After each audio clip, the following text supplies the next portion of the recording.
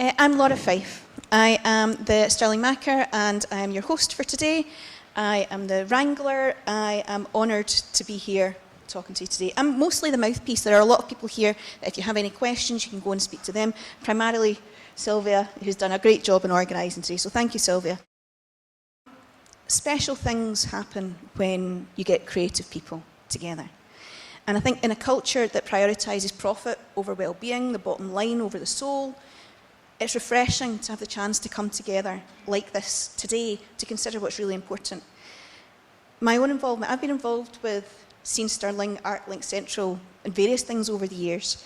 And during lockdown, I received funding to produce a series of writing workshops online. And then, as Stirling Makar, I was asked for ideas on how to incorporate poetry into the bid for the 2025 City of Culture. I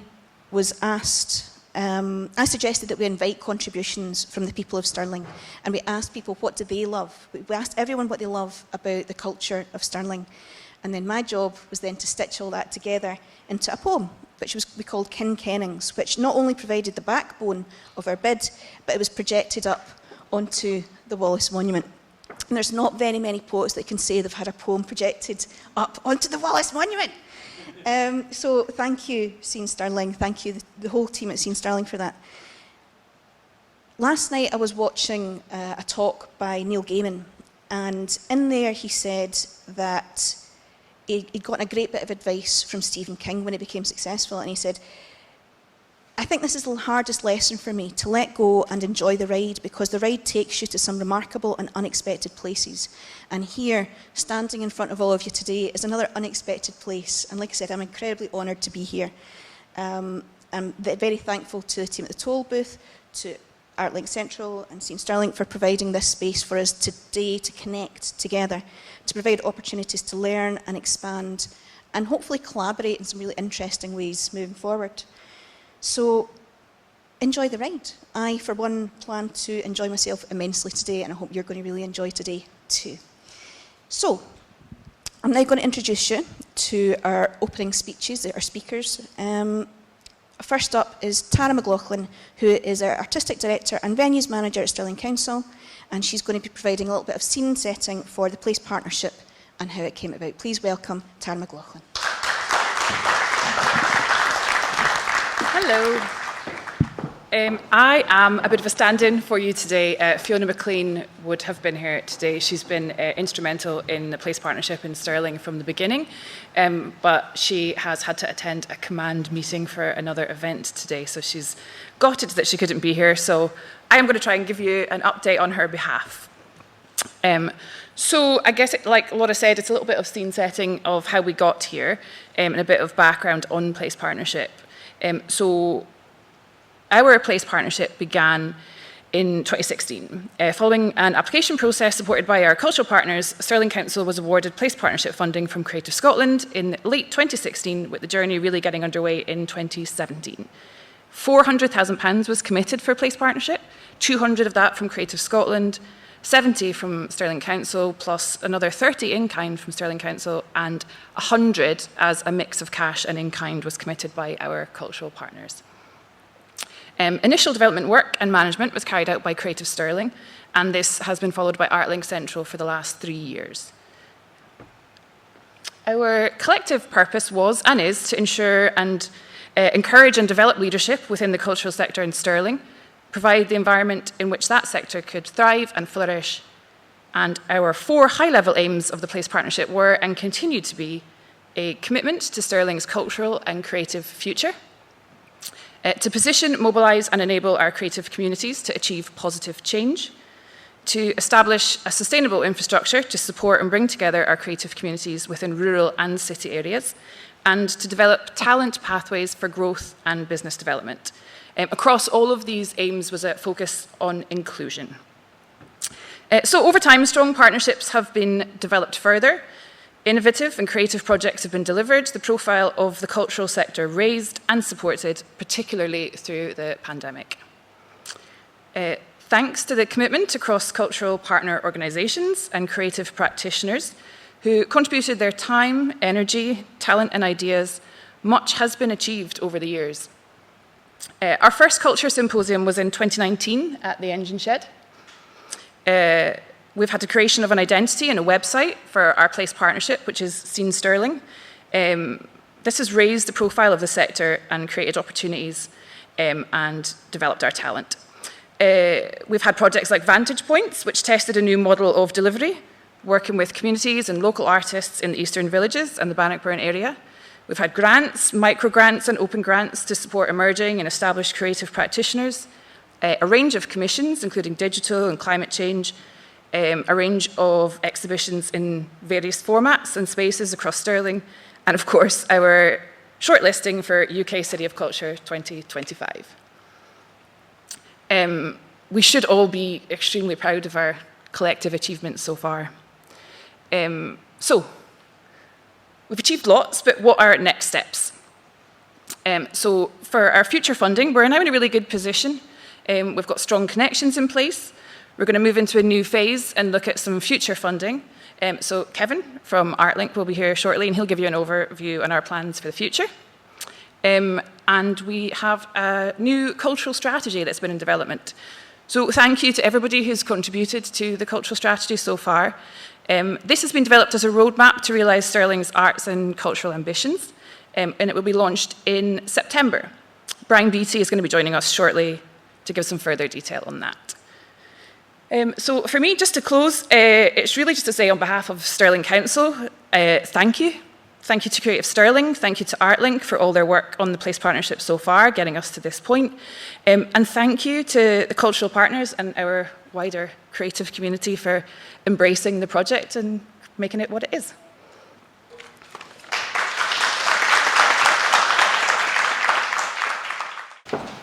Thank you, Tara, and please welcome Kevin Harrison, who's the Director of ArtLink Central and Manager of Well, this is a bit exciting seeing you all face to face, because I think most of you have only ever met online. So thank you so much for coming along today. And let's just take a moment to celebrate the past and then look to the future. So firstly, if I can say, and I say this on behalf of the whole Scene Stirling team, and particularly myself, Sylvia and Leslie, who you all will know by now, what a privilege it's been to serve the arts and cultural sector in Stirling, and as Scene Stirling over the past 3 years. And I'm sure I speak for us all in saying how exciting and passionate we've become about culture in Stirling and about the creative people who make up our sector, and that's all of you here. We've got so much to celebrate. From a growing partnership, which has expanded from the Stirling Smith Museum and Art Gallery, Historic Environment Scotland, Forth Valley College, Stirling University Art Collection, Creative Stirling, ArtLink Central, Systema Scotland, Creative Scotland, the McRobert Art Centre, and Stirling Council, to now be including Stirling City Heritage Trust, Bannockburn House, Transition Stirling, and Go Forth Stirling. So the fact that there's so many more partners sat around the table and that we've been able to engage with so many of you has been absolutely brilliant. And I think also more important than that has been seeing the connections that you've made between all those partners too, and how projects move between different organizations, different spaces. It's been really exciting to see how people have felt connected into the partners and to the wider offer around Stirling. At the heart of Scene Stirling is, of course, you, the artists and creatives, that more than anything else brings our partnership together. And we've sought to develop as many creative ways to support you, hopefully, over the past 3 years and before. And this has been, Tara's touched on quite a few of these, everything from commissions to microgrants. And at the heart of that has been our Pathways program, which has looked at how we can bring in different inspiration, knowledge, and experience to help knit together challenge, test ideas, and we've had some amazing contributors. Everybody from Johnny McKnight to Robert Softy-Gale and Mary Taylor from Birds of Paradise Theatre Company to Ravideep Kaur on anti-racism, and many mentors have been brought in as well from all sorts of areas of expertise, and then worked alongside yourselves. The fact that we've had so many of you come to us and ask for support with fundraising and developing your ideas and taking them forward, projects that you've sought funding for out with of Scene Stirling, and also all the projects that have come through, and Sylvia has sat and worked with so many of you to help realise. Visibility has been a very, very important part of this project. It's been about making our partnership visible, about making you visible, and collectively making Stirling more visible. And there's been over 100 blog posts that have been put together to help that happen. There's been countless press releases, and many, many beautiful photographs and documents, films made of the work that's happened. And we've had really important issues facing Stirling and the world that we've been able to address through Scene Stirling and as a partnership. Things like COP26 and climate change, things like COVID through the digital commissions and the microgrants that we were able to get out, and Remembering Together, which is Stirling's program looking at a memorial program for COVID. So it's been an absolute joy to be involved in all of those things. And we've created everything from a human heat pump to a coal mining art trail to dance installations on battlefield sites. So it's been incredibly diverse. You are incredibly diverse. And we've tried to work and reach artists who might have more barriers to face in terms of getting opportunities, and to try and reduce those barriers as much as possible. We continue to learn doing that. And we've had fantastic contributors, people like Laura Griffin and Rami Abagami, who helped us with our digital commissions. And also been able to bring some really exciting projects to Stirling.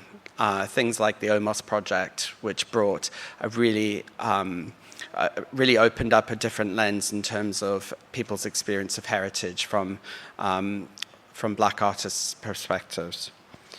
So looking to the future, we obviously want to keep doing more, and we've got a lot more on the cards. So Remembering Together kicks off phase 2 very soon, probably in August, and that's with Safi Satoe, Orla Stevens and Lorna Swinney. So we've got, and there will probably be more creatives involved as we go along, and that will be looking at creating a constellation of different ways of celebrating and memorializing people's diverse experience of COVID and the pandemic, and trying to reach across Stirling to do that.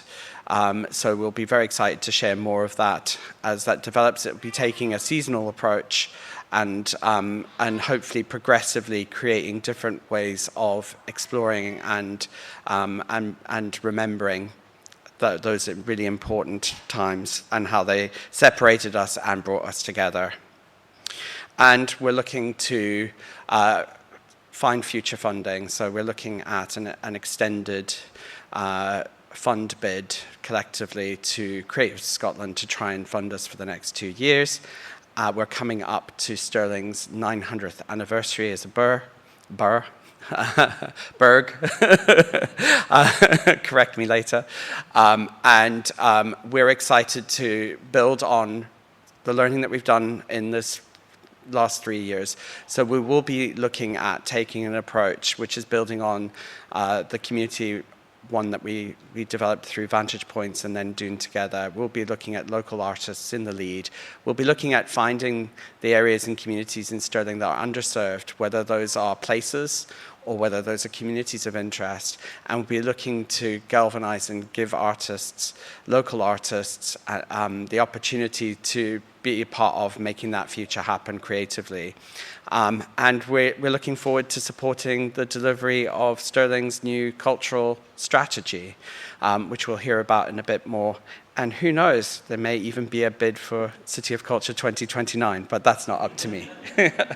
So I just wanted to say a massive thank you to you all for engaging. I know one of the biggest things for us has been there's so many people who maybe have lived in Stirling but not seen their creative lives and creative work in Stirling, and I've seen a real shift in that, and I've also seen a real sense of collaboration and real innovation, and that's what you're going to all tell us about today, because it's all about you today. Thank you. We'll welcome onto the stage 4 artists who will be giving their presentations. And we're going to welcome up Becca Wilson, a ceramicist and jeweller based in Dunblane, who will be telling us more about the craft school that she set up in Dunblane. So please welcome Becca Wilson. Hi, my name's Rebecca Wilson. As was just said, I'm a ceramicist and a jeweller, but I'm here moreover to talk to you today about the Central Scotland School of Craft, which is a new venture that we set up post-pandemic with the help of Scene Stirling. So we're based within Craft Central on Dunblane High Street. We offer a comprehensive programme of high-level artisan craft workshops. So we cover subjects such as we do sewing, we do spoon carving, mosaics, collage, printmaking. It's a really sort of a broad programme of crafts. So here are some of our stated objectives. We aim to address the issue of rural inequality in creative learning. So we are trying to bring to the Stirling area and the wider rural community a provision for creative learning that matches that's available in the bigger centres, so that you would find in Edinburgh or Glasgow, in the bigger cities. We aim to nurture craft learning as a positive activity contributing to better mental health. Now, coming out of the pandemic, that's particularly important. We're helping people participate in small group, intimate activities, help alleviate sort of social isolation, anxiety, upskilling. To support and promote crafts through the dissemination of meaningful hand skills. So where the provision for craft learning is maybe starting to wane in other settings. You know, in our primary schools, kids are not having that same hands-on teaching. We're not learning to sew, we're not learning to do all these sort of valuable hand skills, right up through to tertiary education, where the practical aspects of courses in art schools and colleges are being stripped back. And finally, to create employment opportunities for freelance creative practitioners. So people who, professional craft artists who have their own creative practice, their own studios. We are aiming to offer a sort of a second stream of income and a bit of security and support in their careers. We work in partnership with the Central Scotland School of Jewellery, who, as the name would suggest, run all of the jewellery side of our workshops. They have a studio downstairs. We have a craft classroom upstairs. And we also share that space with Craft Central. That's a small commercial gallery that supports the makers that teach in our programme, so they have a further outlet to sell their amazing works. So our biggest challenge in running these activities and establishing this venture has been finding the balance between paying our artists and providing activities that are affordable, that people can attend. Now, that big blue wedge on the pie chart, so that's our expenditure. I'm quite proud that that big blue wedge, the biggest of our outgoings, is on tutor fees. So it's really important to us that we are paying our artists at a level that reflects their expertise and reflects the value that they bring to our organisation. But that does, full disclosure, that makes our courses really expensive. We also have to pay, obviously, the rent and the bills, and you'll see there's nowhere to trim any of our expenditure there. And that's why organisations like Scene Stirling, among some of our other partners, have been really important in allowing us to sort of level the playing field and bring our high quality provision for creative learning to a wider diversity of people. So with our grant from Scene Stirling, we instigated a subsidy programme And that allowed people to apply for 100% subsidies so they could come and attend our courses at no cost. And that was targeted specifically at people on low incomes looking to support mental health. We had a sort of a range of criteria that we worked very much with Scene Stirling to establish to make sure that these subsidies were meeting the people that needed them most. That's just some little snippets of feedback that we had from some of the participants.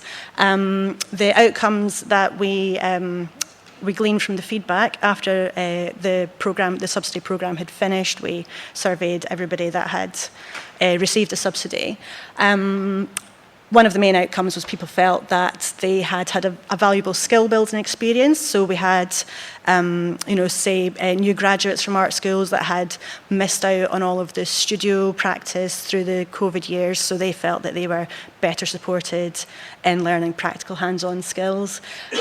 Professional development, again, we had makers who are looking to diversify, whether that be moving into different areas of their practice or taking a different direction. Also people that wanted to upskill and refine their skills so that they themselves could go on and establish a teaching practice to support their making practices. People said that they had increased feelings of self-worth just from learning a new skill, being in a supportive environment, being around other people, just that discourse, that sort of positive, encouraging learning experience. People reported that they just had a real feel-good factor about that. And probably most importantly for us, it's nurturing diverse social groups. So it's important for us that everybody is participating together and there's not workshops for these people and workshops for these people and workshops for that group. It's everybody. It's, craft is such, it really levels the playing field. When everybody's sat around a table with a lump of wood and a carving knife and they've never done it before, it doesn't matter where you're from, it doesn't matter what your job is, it doesn't matter your background, your income, anything. It's everybody crafting together and it levels everybody out. Everybody is the same in that environment. It was really important in shaping the future of the organisation. So, we came into this blind out of the back of COVID, starting up this new venture. So in receiving applications for these subsidies, we've been allowed to analyse, who those applications came from, their reasons for applying. So it's really allowed us to assess the needs of our community.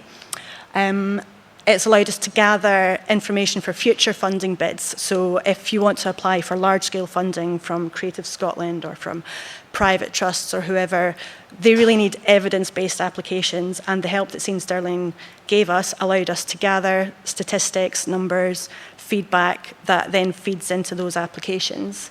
Just the responses and the feedback that we had from participants is really shaping our future goals and what the audiences we realise we want to target and what sort of help we want to give them. So as well as it being beneficial to the individuals that got the subsidies, it's been a real useful tool for us in continuing the business and continuing to grow. I just want to say a big thank you. Thank you for listening, and thank you to Scene Stirling for all of your support.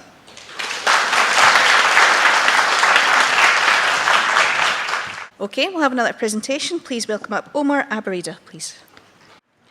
He is a musician and filmmaker. This shared passion for music and film has been a driving force towards making music videos and live performance films in collaboration with local musicians and organisations. Good morning, everybody. Nice to be here. So I think my journey with Scene Stirling started out of COVID. I felt myself as a creator maybe lost my steam a little bit as a musician.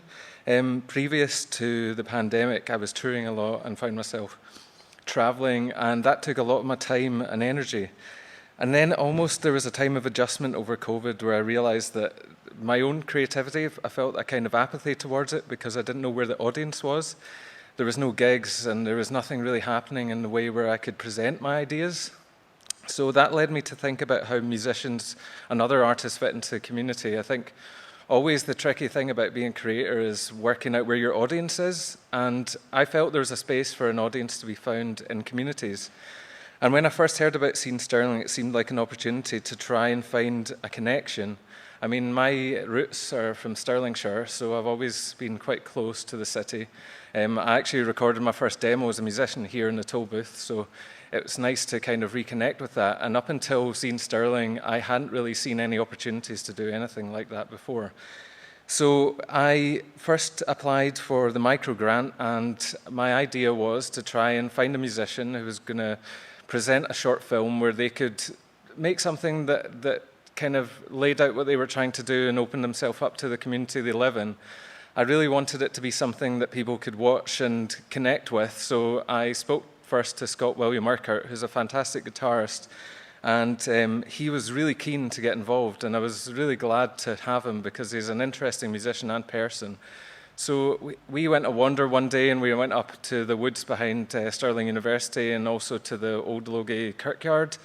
And there he explained that those were a source of inspiration for him, and I felt that maybe if he could present that on film, then it would be a nice way for people locally to see that these places are inspiring, not just for them, but also for others who are out there creating. And something just to touch on is that when you're a musician, often your audience is outside where you live. You find that usually you find a pocket somewhere else. It's not always close by. So what I really wanted to do was connect Scott to his locality. I can now show you the trailer for that film, if Sylvia's got it ready to play, and you can have a wee watch of that.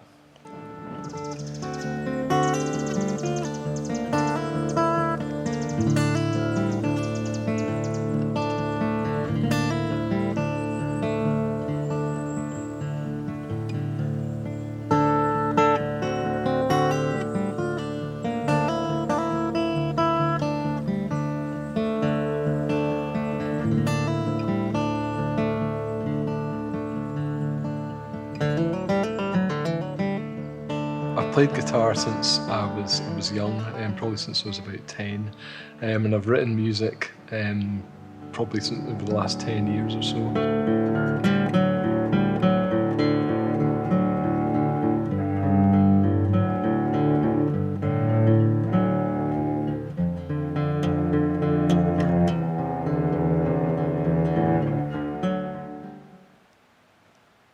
Now, part of the challenge of making this film was that it was during COVID and we had to do everything outdoors.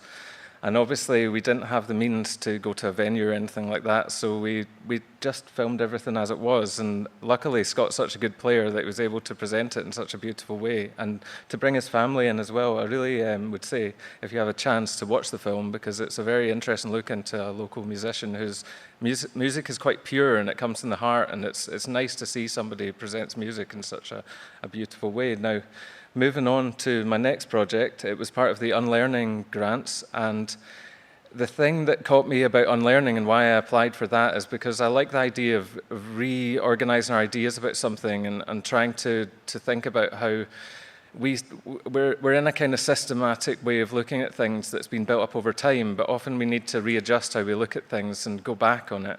And so the idea for this would be to reappropriate some space or place. And I spoke to the Jamaican musician Brina, who's now has slight identity change and is known as Brina. And she wanted to present something in a place called Dunmore Pineapple. I'm sure you're familiar with the place. Now, that's got a really colonial history in terms of it was somebody who was very much involved in the trading and colonial past of Scotland, and that's something we all need to address.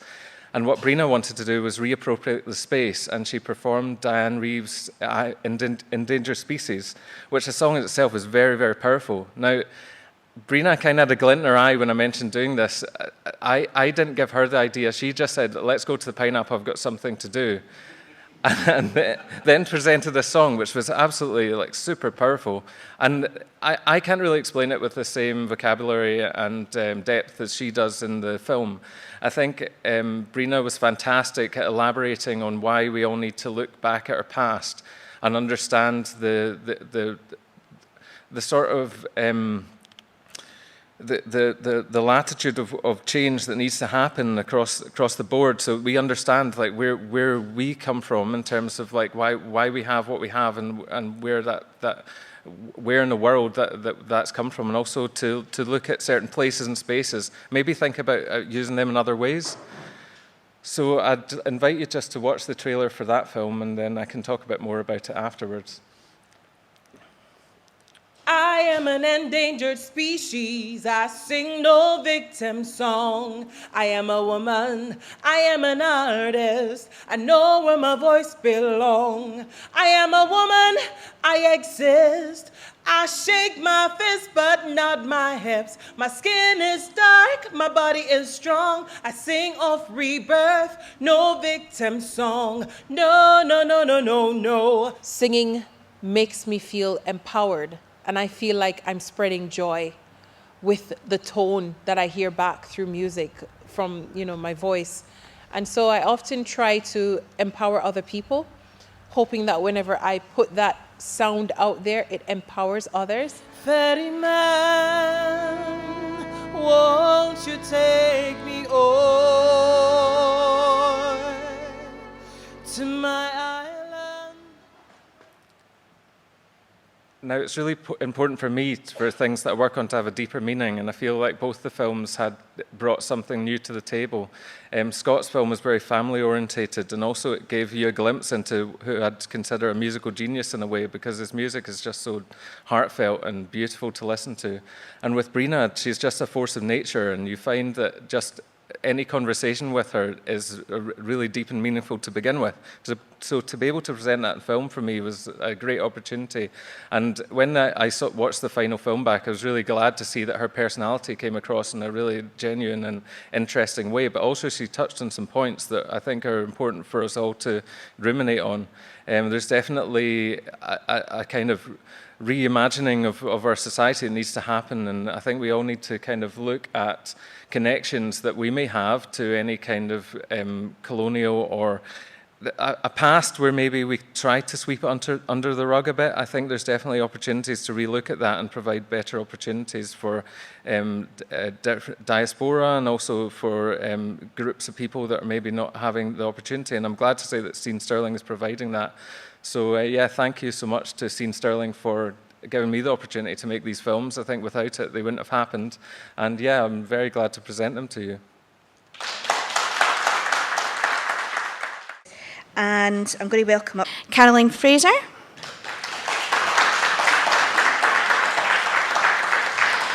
Carolyn works within the environment using different mediums, but likes to use what she finds as this helps her connect to her surroundings. She is also interested in community creative participation.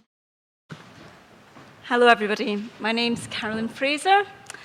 I would say I'm an emerging artist, but I've been doing art all my life, and I did a degree at Forth Valley College a couple of years ago, and through Forth Valley College, and during lockdown I came across Scene Stirling, and I did some other workshops online. And one of them was looking at vantage points, looking at the Eastern villages, and because I was at college, I applied thinking I wouldn't get very far, but doing a bit of volunteer work because I was interested in participation in the community and the advantages that would bring, and I was doing that as my essay. So I applied and I got it, and I was really surprised. And so we looked at the vantage points. I was looking at Plean Country Park and art parks in the park. And it was during COVID, so it was great to be outside. It was during May, and it was really the first time that we were meeting. I hadn't met anybody before. We'd all been online. And I put some art packs together. And the landscape around Plean Park, it's fascinating. It's got a mining heritage. It's got the landscape. So what I did was put these packs together and let people just enjoy the scenery and creatively, in their own, how they saw it, and then put them up, and just, so that was really good. And then during the school holidays, there was activities like workshops within the school, there was gym activities, but they were asking for artists. So taking inspiration from the mining community. This is a picture of the Bing at Flynn. I thought, what was there? What was important to them? And found out it was families. And I did some banners with mixed media, and I also did some just mining, like paper lanterns based on the mining. And they were so colourful and they were so bright, and they meant that everybody could do them, because the primary school were quite a big age range, some from the little ones to the older ones, and they could take them away, because they like to have something to take home with them to show what they've done. And I was participating with the kids, and I really enjoyed that. I really got to know them over a space of summer holidays. As you can see, really colourful there. And then we did an end point at Bannockburn House, where we all came together, the people that were involved in the vantage points. There was photography, there was workshops, there was painted stones, and we just took over the Bannockburn House, and it was a really good day. The kids were invited to come along. But the workshop, I had a table at the bottom, which you can see a picture there, and they could do some more lanterns, and they could take away or they could leave them, it was up to them. But we hung them up, we put fairy lights, and we could walk down. We saw, and others that have been participating in the vantage points, there was work there as well. But it was just seeing the children and participating in the community, and I thought it was really interesting. So, yeah, the links to the local area. And as you can see, these were some banners I did. I went to just get some cloth from recycling and some paints, and there were some handprints, which is what was important to these kids was family, and especially during COVID. And I just put the work on these banners, and then I gave them to the schools just so they could hang up. So it was a memory of what they'd done during that summer.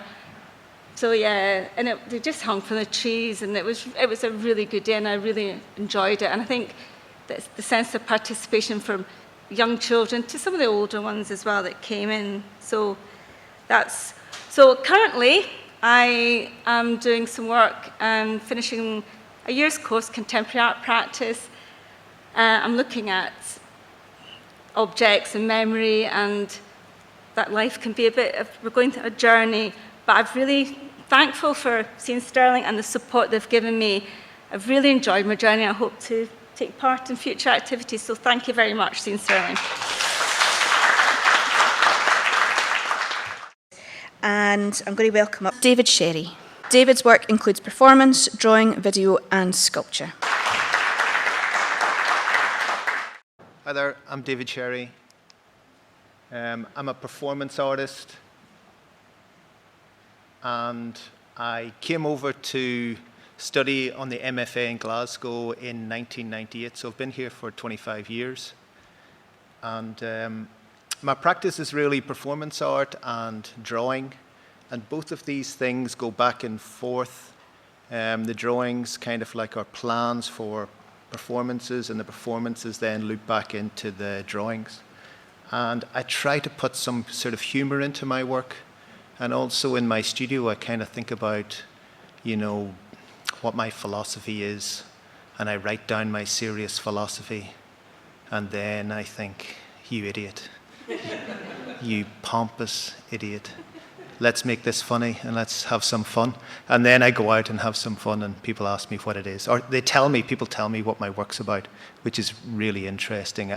Other people know more about my work than I do. People ask me what your work is about, and I say, ask somebody else. So I was doing the Climate Change Commission for COP26, which was absolutely fantastic, with a group of other artists, and it was brilliant to do this. The other artists were Kate Clayton, Sean Hall, Rory Green, and OJ Tai. And OJ was in Africa, which was really incredible. So he's a poet, so we would Skype with OJ, and he wasn't here, so that added a really interesting dynamic.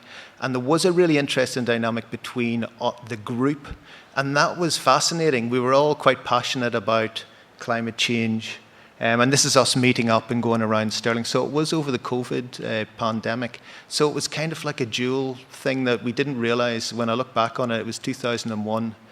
It was really kind of about sort of processing what we were going through as artists within COVID together. So it was a really nice there was lots of really nice conversations that we had.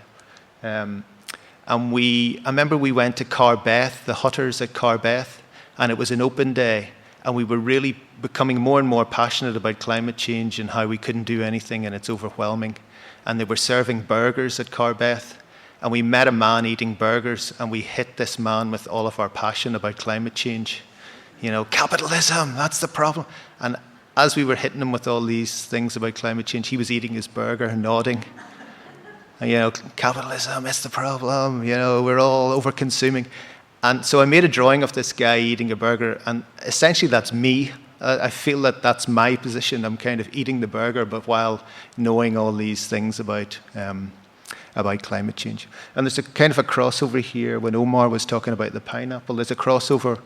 I was looking at these products that were on my table that were just rotting, like the pineapple or the melon or whatever it was, and thinking, where does that come from? And it just sits on my table and it rots, and what's the, the miles that it's traveled. So there was so much going on with this project, more than just climate change. It was the conversations that we were having.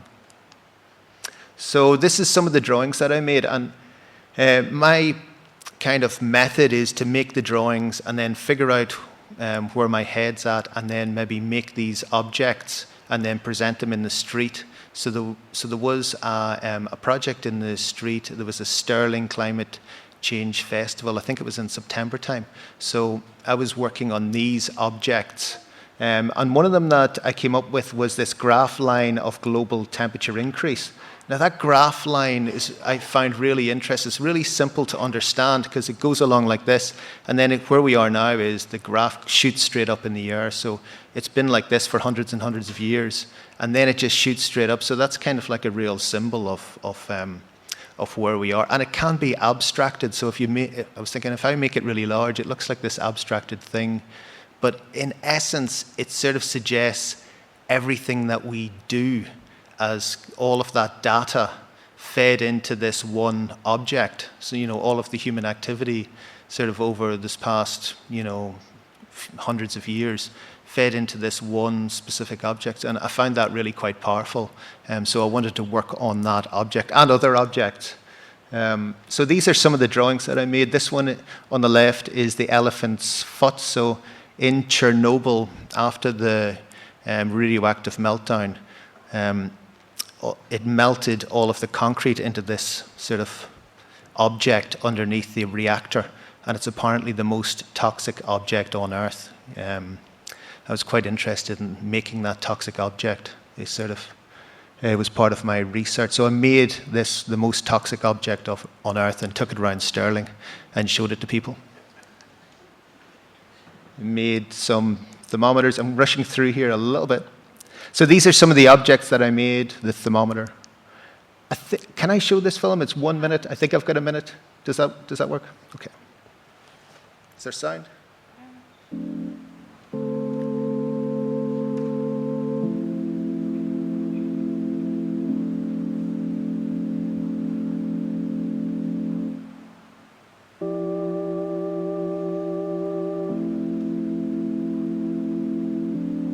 Mined ore and chicken feed on a tanker from South America to Europe.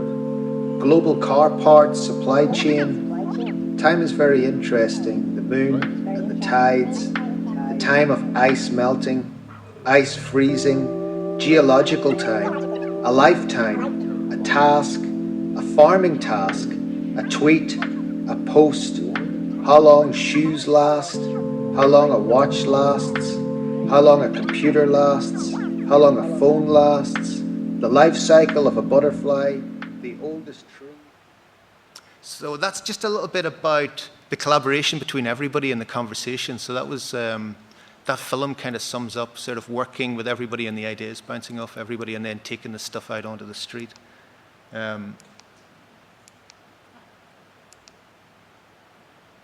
I'll just flick on to the last slide just to finish up, because I know that I'm finishing, but just to say that, you know, the experience of the work with the Commission is kind of still going, so I'm still making the work with that graph line, so now I'm balancing it on my head in different projects, and I feel there's something about that sort of, I realized after, some time after in my studio that I could sort of balance that and hang around and make a performance work out of that. So I'll be balancing that in Ireland over the summer at some point. Okay, thanks very much. Thank you. Joining us remotely from Inverness, Bryan Beattie is a director of Scotland's longest established cultural consultancy, Creative Services, who are working with Stirling Council and Scene Stirling to support the cultural strategy development. Please welcome Bryan Beattie.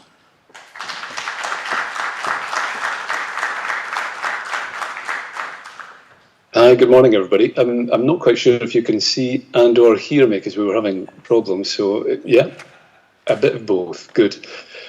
Yeah, sorry about those technical hitches, and I hope the whole thing is going well. And just what you need before your coffee break, a lovely discussion on cultural strategy after hearing inspiring speeches from the artists.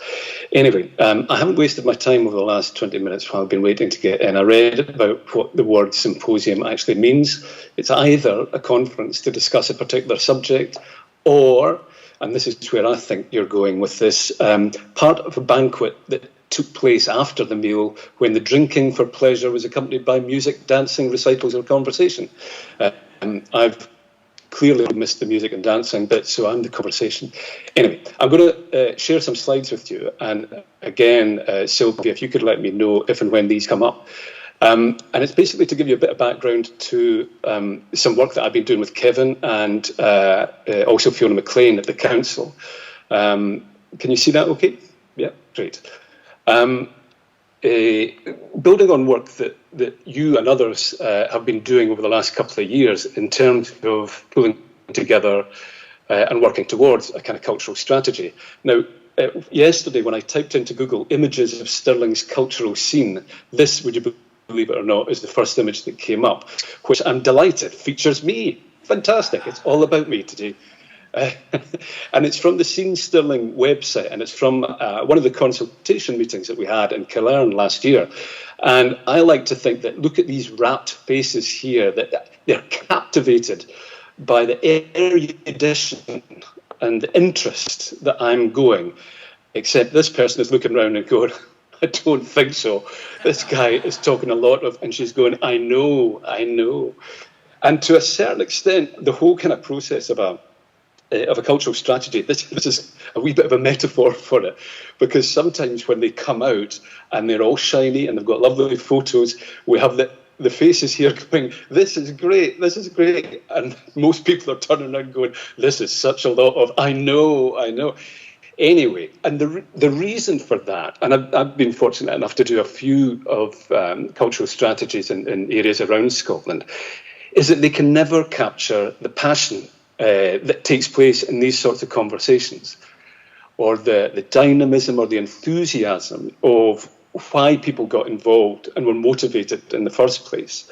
So that notion of creating in a document a catalyst for passion is a kind of hard thing, because essentially the artist is the catalyst for passion.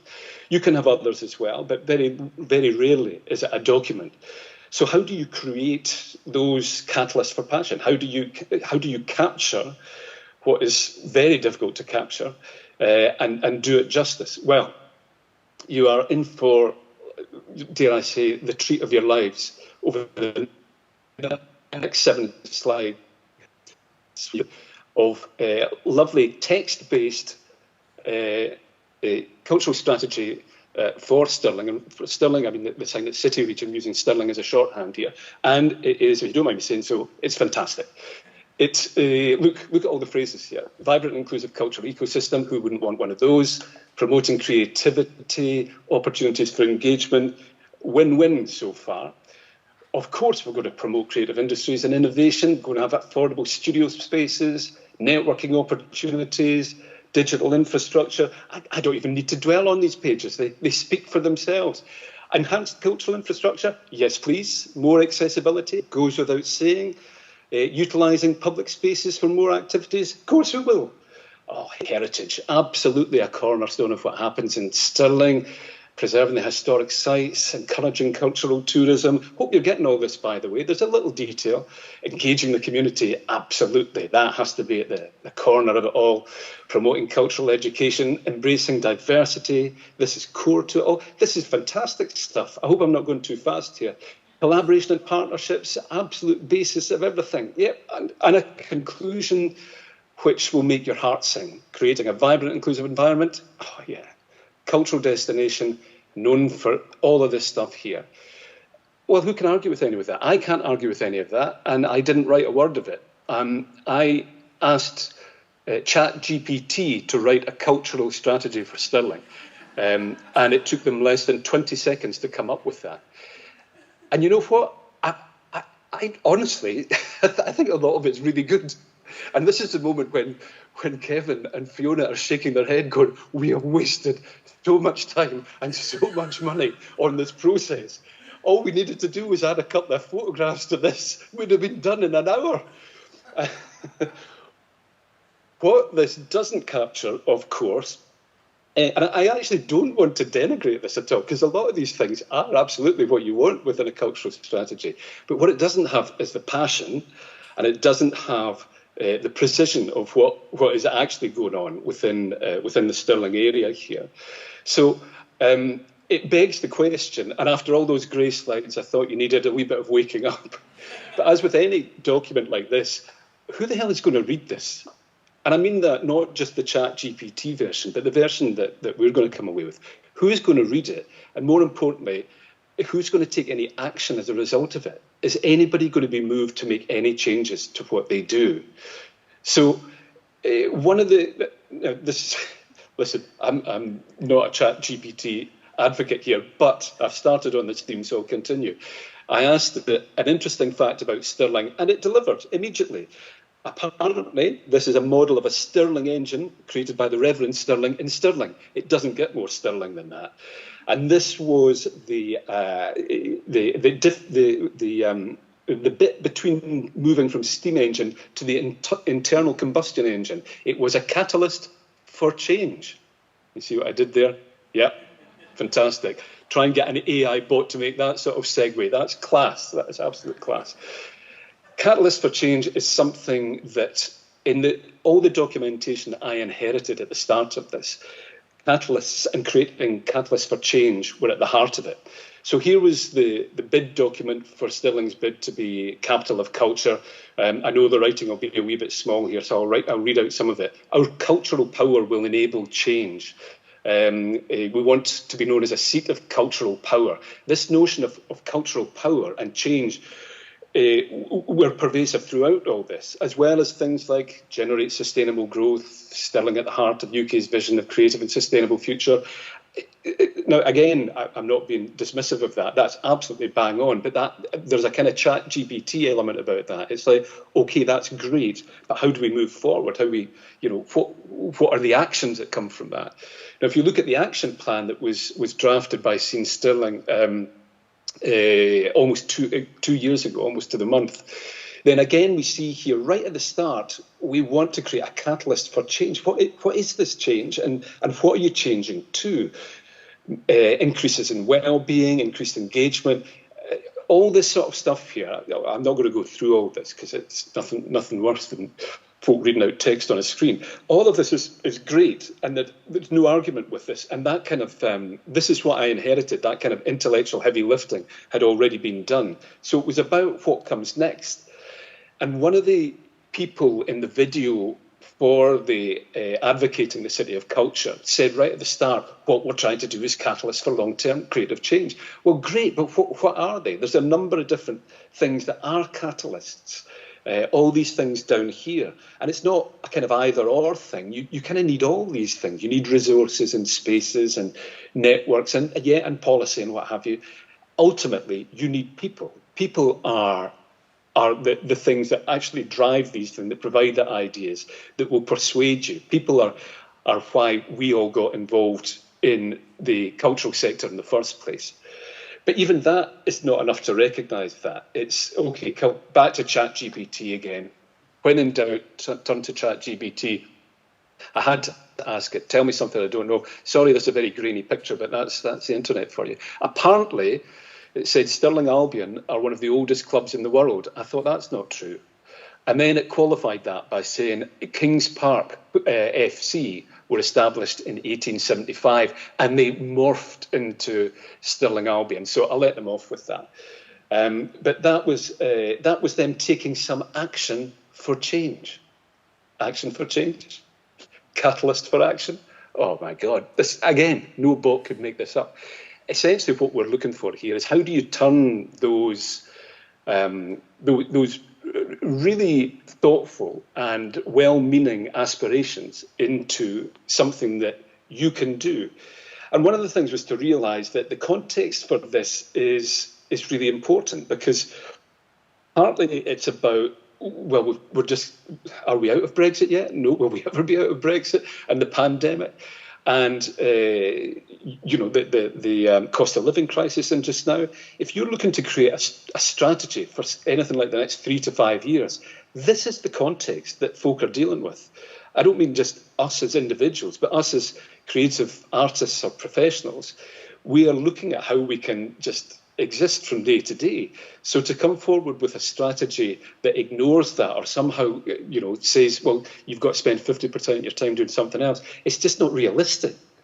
The capacity that we have, either as cultural organisations, to either change or as artists, how realistically, how much of what you currently do just now are you going to down tools and change as a result of a strategy? But what you can do with it is start to change the direction of travel and get a kind of a communal agreement that we are moving towards a different place. Now, some of the things that came through in the conversation were, and here's where we come back to this notion of cultural power again, about empowering communities, recognising that the nuances between how a community defines its own culture will be quite different as you move a mile or two along from one to another, geographically, let alone communities of interest. And that when you create a kind of overarching strategy that comes in and goes, well, it's this, you start to lose that sort of nuance. So what realistically can you do that can make a difference here? Sometimes you have to be opportunistic. This is a photo of Hamza Yousaf yesterday launching the national discussion into creating a modern constitution for an independent Scotland. Now, the reason I put this up is that there is a moment now over the next 6 to 9 months when this conversation is taking place, when a number of the things that came up in the conversations that I had could play into this, particularly this notion of a human rights-based approach. The Parliament are going to be asked to look at changing the kind of the Bill of Rights within a constitution. Now, many of the conversations that I had were ultimately, they came round to how do we empower people and how do we look at their rights. Now, sometimes I'm going to focus now in the last 3 or 4 minutes on some of the areas that I suggest that we start looking at going in. Now, at first glance, these might seem completely underwhelming, and I don't think they are underwhelming, because a little unpicking, you see just how substantial they are. They are all based on things that are already happening and that a lot of people know about. So in this case of social prescription or cultural prescription, here's a wee excerpt from the Holyrood magazine from last year. It is no longer a kind of fringe thing. It is something that even government, those things that take so long to react to the way that society is going, even government is recognising that this is a social prescription as a vital tool. Now, there's examples of that some of you may already be involved in, and it certainly is happening in the Stirling area and happening across Scotland and the UK.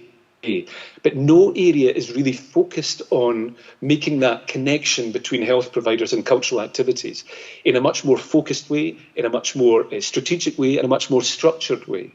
And one of the things that came up in the discussions, and this came through from many of them independently, that we want to make a difference across the geography of the area, and by introducing people to how their involvement with cultural activity may help their mental health or their physical health. Now, at the same time, earlier this year, 16 local GP practices took on a new post of community engagement officer.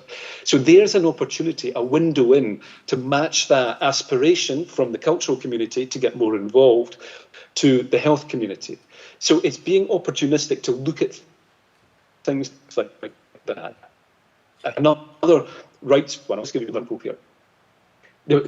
Very often the conversation went down to cultural rights, not just of school children, although it was often about that, but how do we define what we think as a society? And by that I mean a kind of micro-society, a community of the Stirling area. How do we think we want to, what do we want people to have access to? What should be free? What should be their right to get access to? Now, I bet most people in the room have come across initiatives like this one from Nottingham called the Cultural Rucksack, which looks at a very practical way of embodying that, this time in schools, about the schools going, we want each right to do X, Y, and Z. And if you are a provider of cultural activity, what could you put in the rucksack? Could it be visits to your studio? Could it be this, that, or the other? You know the idea here. But I think what this does and what the strategy should do is, and here's kind of 6 headings here, with the first 2 that I've just talked about. These headings should have a comma up. Strategy is not about saying this is what you must do, but it's about saying, I think, given the context over the next few years, given what you've said about your aspirations and what people have been talking about, the notion of travel here. So this notion of social prescription, put a comment at that, because that's the conversation that needs to take place now. How you make that a reality, how you bring together the bodies and the individuals and advocate for that. Similarly, cultural rights or the backpack idea, that's a starting point. So the document is a starting point for some of these things.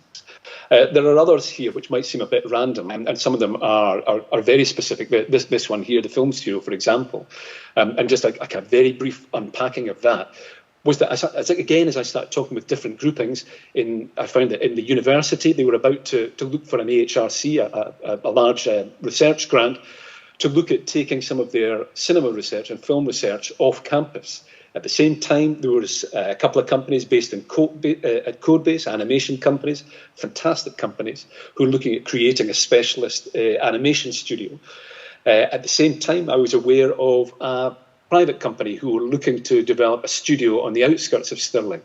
Now, they did not know, the 3 of those did not know one another were trying to do them. So we brought them together in a conversation and essentially looked like, and then brought the college in as well, who would be right next door to where that studio might be, and looked at how that could impact on their studio. So my point here is that, again, there's a comma after film studio here. It's about connecting people and starting those conversations or continuing those conversations on their way. Lastly, the reason I had captivating up front was not obviously because I thought that I was captivating folk, but when you asked ChatGPT one word to describe Stirling, captivating. Well, you know what? There are worse words to be described as, I suppose, and that could be the theme for the day. I'll leave you with this last slide, because ultimately, this is going to be about the folk in this room and a number of folk outside this room. If you're looking for change, if you're looking for passion, ultimately, if you're looking for action and for things to happen as a consequence of this strategy, where this strategy might in itself be a wee catalyst in itself, then it's going to be folk like you having big conversations, small conversations with friends, with professional colleagues, with family, within communities. And good luck with that. That passion is there, and the passion will always change things. So thank you for that. Thank you very much to Bryan Beattie there for his insight into the cultural strategy and his experience there. And I think I was taking a few notes there, and it's about change, and it's about the strategy is a starting point, and it's a guide. And he kept coming back to what do we do to collectively and individually that makes a difference. And it's about, the projects that people have done here that they're going to talk to us about again. That's what it's all about. So I'm going to welcome back up Carolyn Fraser and David Sherry, Becca and Omar, if you're okay to sit back up as well. So let's, I was just thinking about some of what Bryan Beattie had talked about as well, about we have to be opportunistic and finding and making opportunities, about thinking creatively around about the challenges as well. So I thought that was quite an interesting way to think, an interesting thing to think about as we head into our first roundtable discussion. Oh, I've got very serious faces. I think we're worried about what these questions are going to be. Let's start off with Omar. Omar, what is the question we have there for discussion? How did lockdown affect your practice? Did it have any unexpected and perhaps surprisingly positive impacts? Yeah, so maybe something I touched on a little bit in the presentation was how my idea of creativity changed a lot during lockdown. I found what seemed to be the biggest barrier was not knowing where the audience was, or almost thinking that there was no audience left. For me, as a musician, I found that all the opportunities to tour had gone. Everything was cancelled. It just looked like the history was not the history, but the future was very, very bleak. And it gave me a sort of really lost my enthusiasm for creating and making things. I think that's why I started to look more visually, because I started to see people creating things in the visual world to make up for the fact that we couldn't actually be together in person and make things together. Now, beforehand, my life had been very much collaboration-based. All the music and things I made were always with other people, and I was constantly jamming and making things and trying to kind of be around people doing interesting things creatively. And then to be on your own and not have a way to look outward, it seemed very inward, and I didn't really want to create things just for myself. I think up to that point I'd always been creating for other people, and the idea of playing on a stage was really important to me. So I liked to be able to play for people and be there in the space in front of them, and then not to have that was really kind of caused me to take a big step back. But that also opened doors for me to look for other opportunities, and I think it just, for instance, the micro grant came around at just the right time, because that was about the point where things like Creative Scotland's freelancer fund had appeared, and it was giving us all as creators a little bit of leeway to actually focus on our ideas. So I think the positivity came from being able to look at these organisations which perhaps before you had a little bit of a sort of your hesitation to apply to do things. Maybe it was something to do with imposter syndrome or something like that, but I always hesitated to apply for any kind of funding or grants or anything like that. But during COVID, I kind of opened my mind to do something and look for opportunities to present something. Maybe it's because that opened your ideas up to a new audience of people who might look at your ideas and kind of see them for what they could be, and that maybe was inviting ideas forward. So I guess I'll pass on to David now and see what you might think about. Yeah, thanks. There was a few things that you mentioned there that was exactly the same for me, especially you mentioned the grant, the Creative Scotland grant that was really good, that came in. But also it was just kind of a time for me to kind of like stop and review things a little bit, and that was quite, even though it was a really difficult time, there was a moment where I was reviewing everything that I'd done, and you kind of think, oh, I've been on this treadmill kind of for what? What am I trying to achieve here? So there was a real moment of just kind of like, I don't have to do any of that.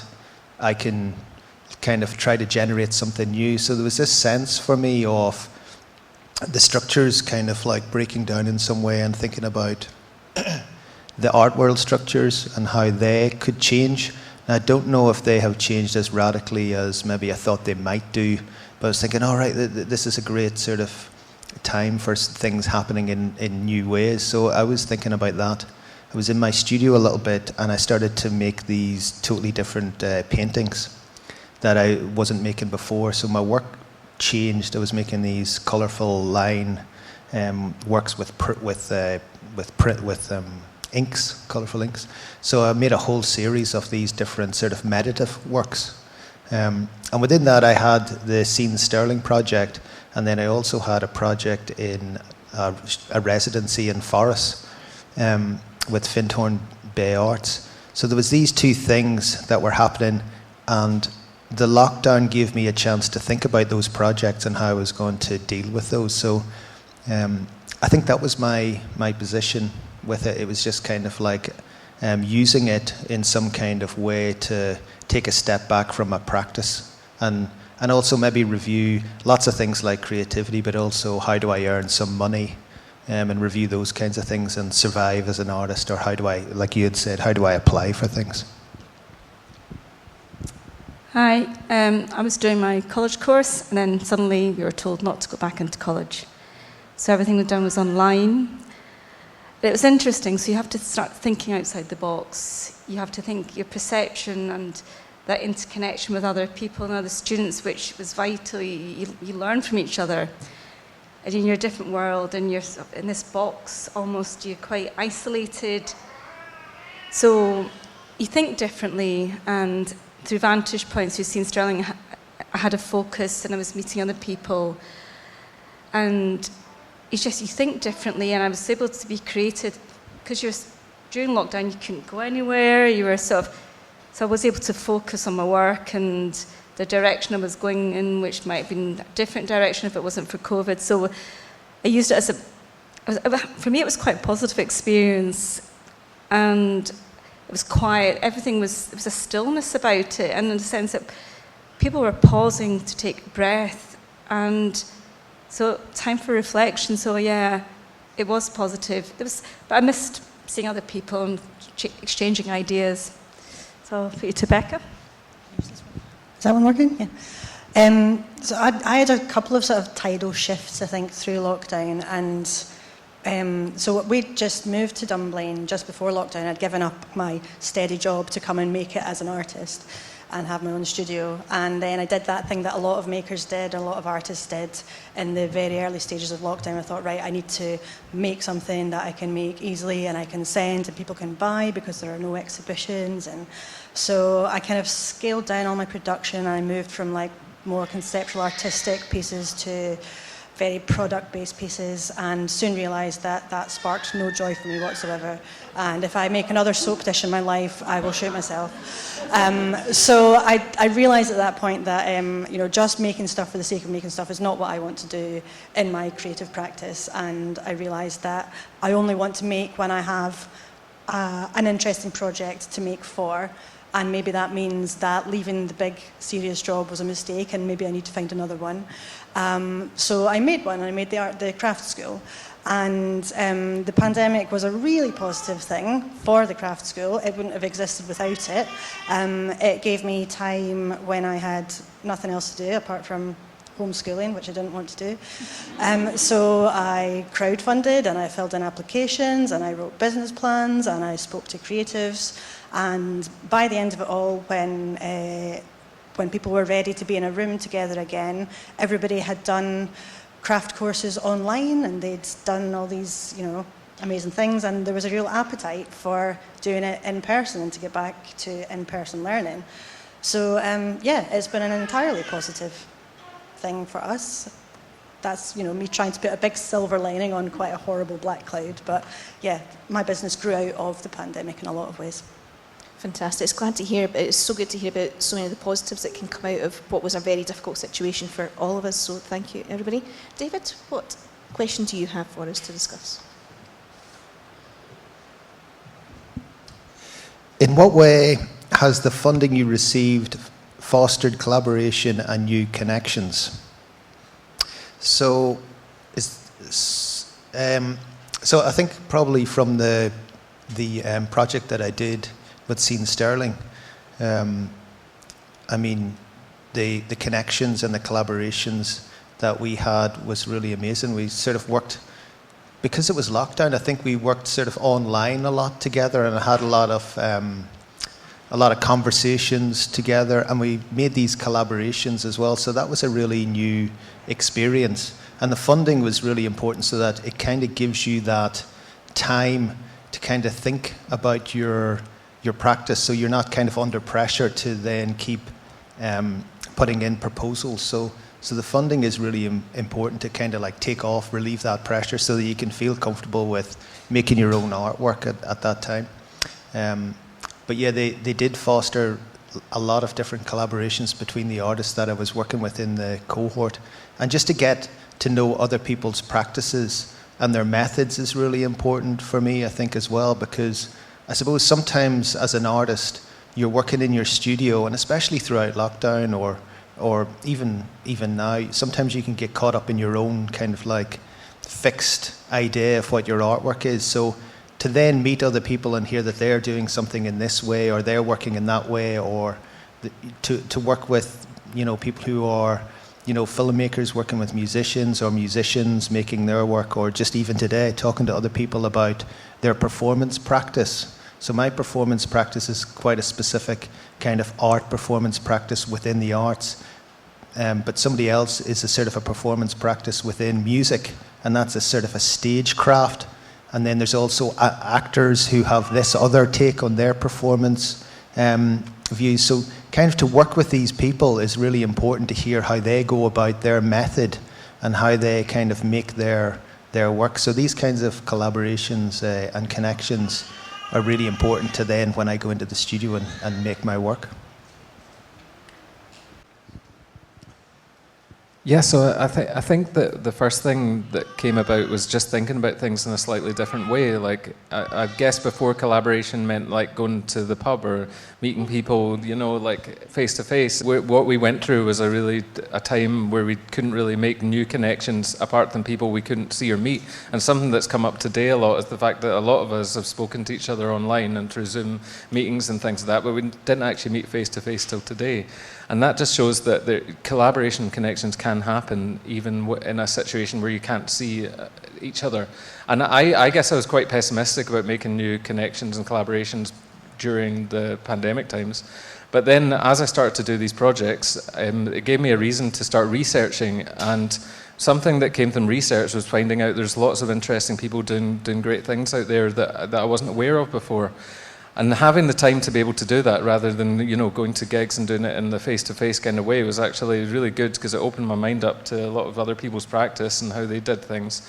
And also just working with Sylvia and other people at Scene Stirling, they kind of helped me to understand a little bit more about how an organisation might work. And I'd done some work before with things like Edinburgh Jazz and Blues and more music related things, but to do something that was more towards creativity and specifically for me filmmaking, it was a nice way to kind of ease myself in, because I found that a lot of the other organisations seemed like it's almost like there's a smoke screen and you don't know how to approach it, whereas I found the Scene Stirling much more approachable, and being able just to even talk to someone in a friendly way was a really good start to applying for funding and doing it. I'd say that the grant I applied for first, it's the first time I'd applied for a grant from any kind of creative organisation that wasn't like something that was provided. It was based on an idea that I had. So then that gave me the idea to start applying for more, and since then I've managed to get a few commissions and go through a few tendering processes that I don't think I would have been able to do without a little bit of understanding of how everything worked, that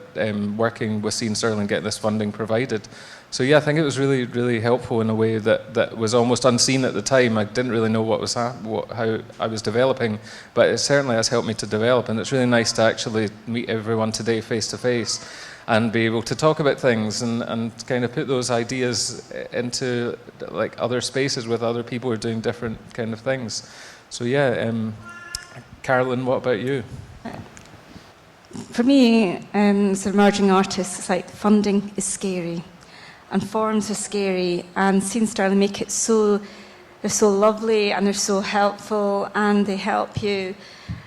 And working with people who are like-minded, you learn from each other, you think differently, and I've made really good connections and from a couple of years ago, and they're still going. And I had a micro grant as well, and Sylvia was so helpful, because I knew I had it in my head what I wanted to put down on paper, but sometimes just getting the right wording and the ideas are there. So the funding has helped. It's given me confidence as well to think, well, if I can do it, and it's not, Scene Stirling make it less scary, because you look at the forms and they're endless, but it seems Stirling, They make it so much easier to fill in, and I think that collaboration, especially during lockdown and meeting people, even when it was outside, it was just like seeing people face to face, and it was great. So thank you, Scene Stirling, for providing funding and that experience, which has been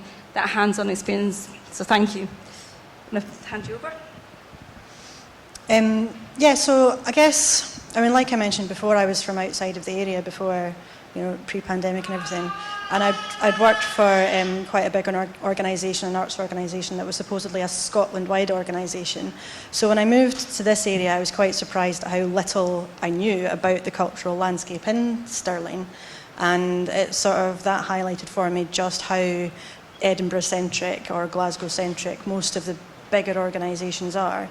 And I think Scene Stirling they are the people that are pulling that together. And if you go on the Scene Stirling website, if you look in the room today, that's the place where the Stirling creatives are finding a home, I think. And I hope that continues to grow. Yeah. Okay, thank you very much. I definitely found myself also about collaboration and new connections. It was about the barriers that lockdown poses, but how to find your way around those barriers to finding new people and finding those connections and reconnecting with people that you've worked with before as well, and finding new ways to work was challenging sometimes, but it was exciting, and it's had long-lasting positive repercussions too. So thank you very much for all your insights into those, everybody. Carolyn, what's your question for us? And the winner is... People often think of art and creativity as solitary activity. How important is it for you to involve the wider community in your work, and how have you done it in the context of Scene Stirling funded project? Well, I think art can be solitary, but there's more to creativity. I think working collaboratively and participation it's important. It makes communities come together, and having that sense of community, and doing the vantage point, working with the children and their perspective in the community and what was important for them.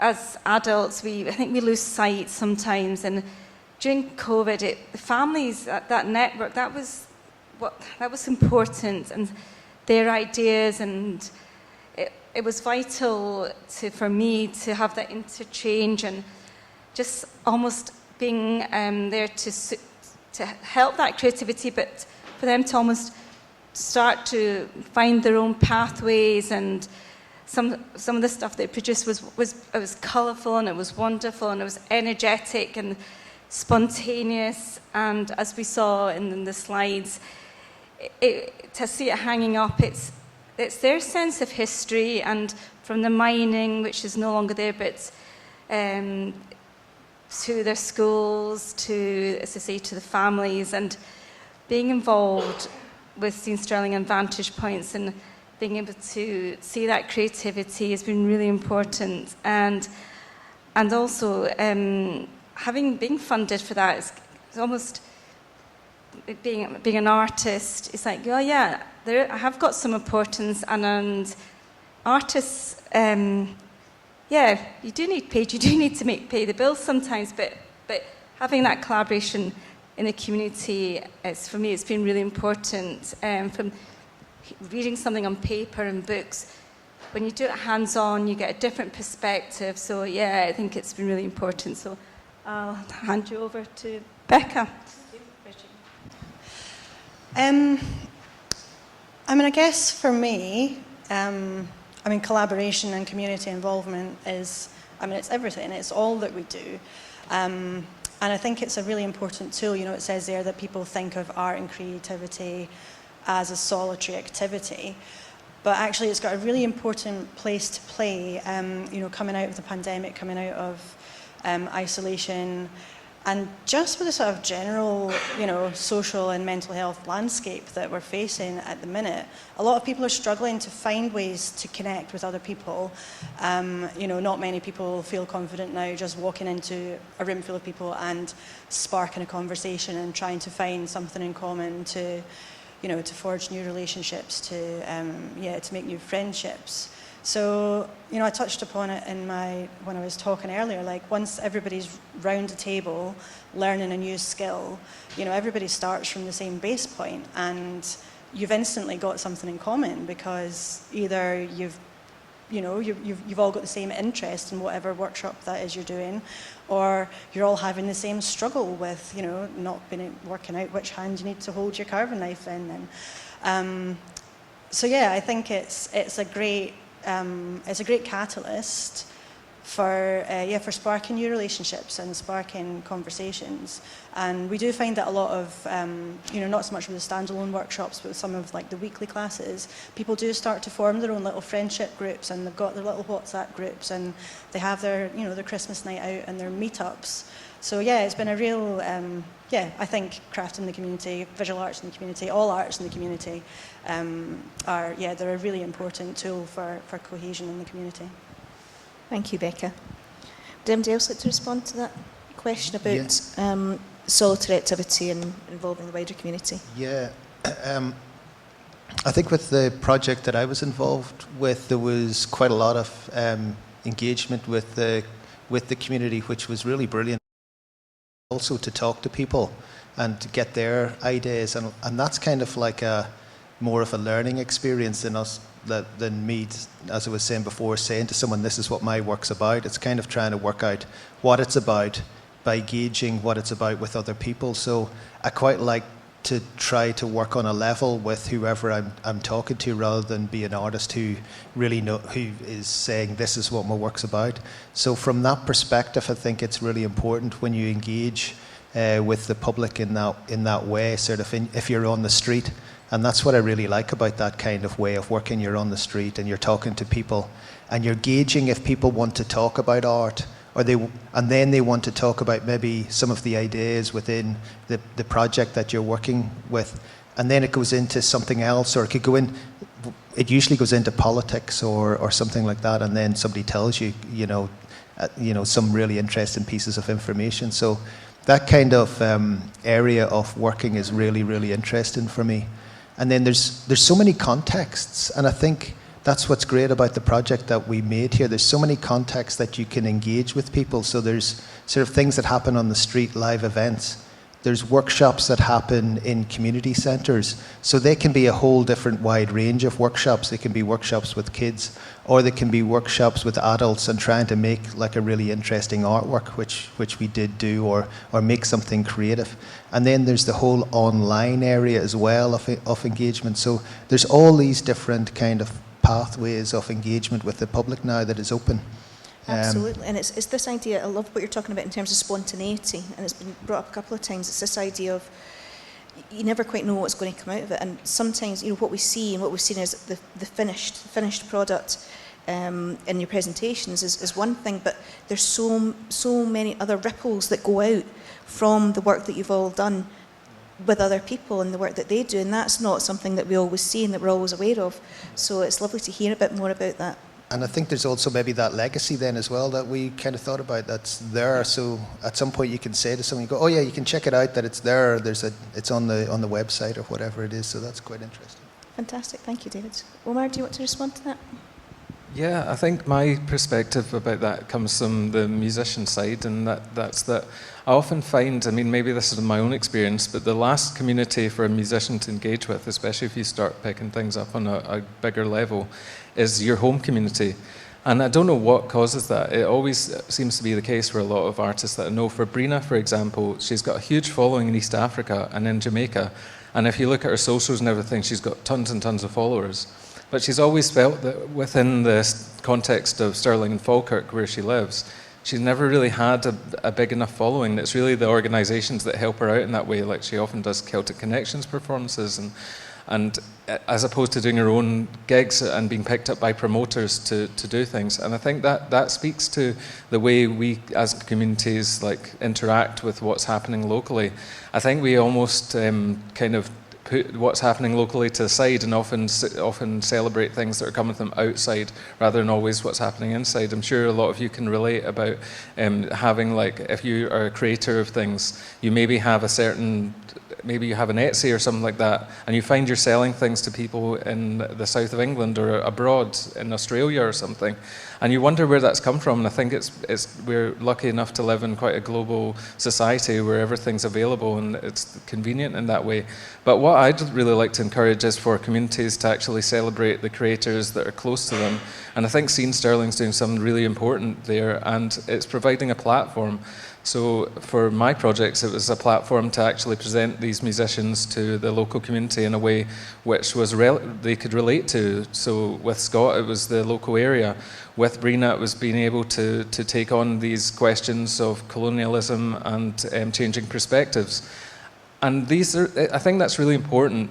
I'd really like to see more of local creators being celebrated in the local community, and more opportunities being given for local people to actually present their work and do things and do community engagement activities and things like that. Because maybe at the moment we're always looking outside rather than inside.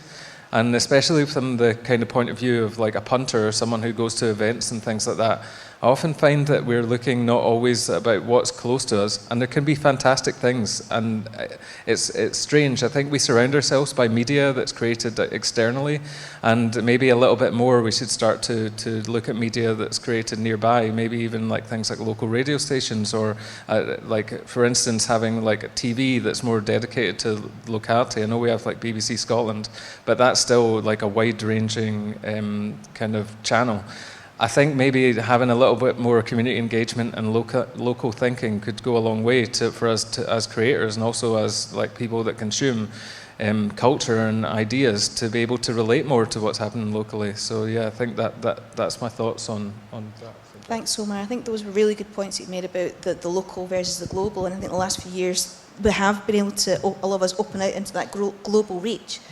But yeah, absolutely, let's focus on grassroots, let's focus on the local artists as well, and supporting local artists too.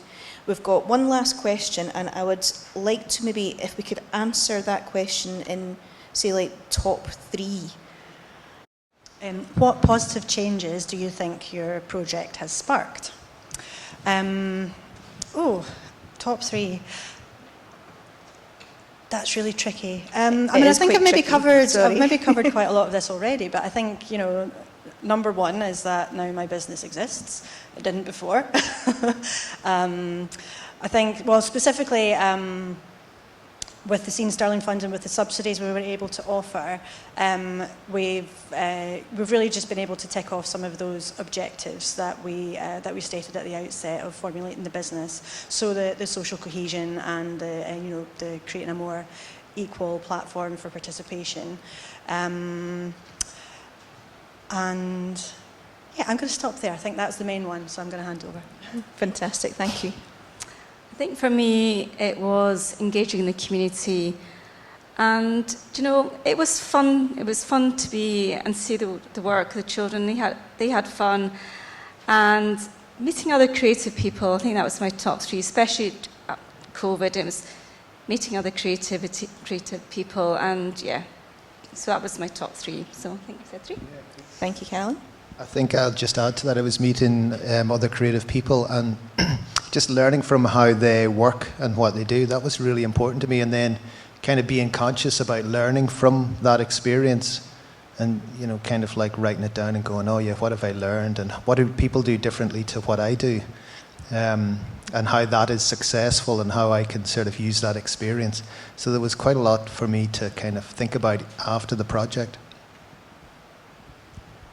Yeah, I think the first thing was just being able to look at grant funding and applying for things in a different way. The second thing maybe to do with communities and trying to bring something that I enjoy to a wider community in the local sort of space. And then the third one would be like changing perspectives, because if you look at colonialism, for instance, it's something that occurred in the past. And I think a lot of people like to think about it that way, but there's still people that are living with the consequences of things that happened back then.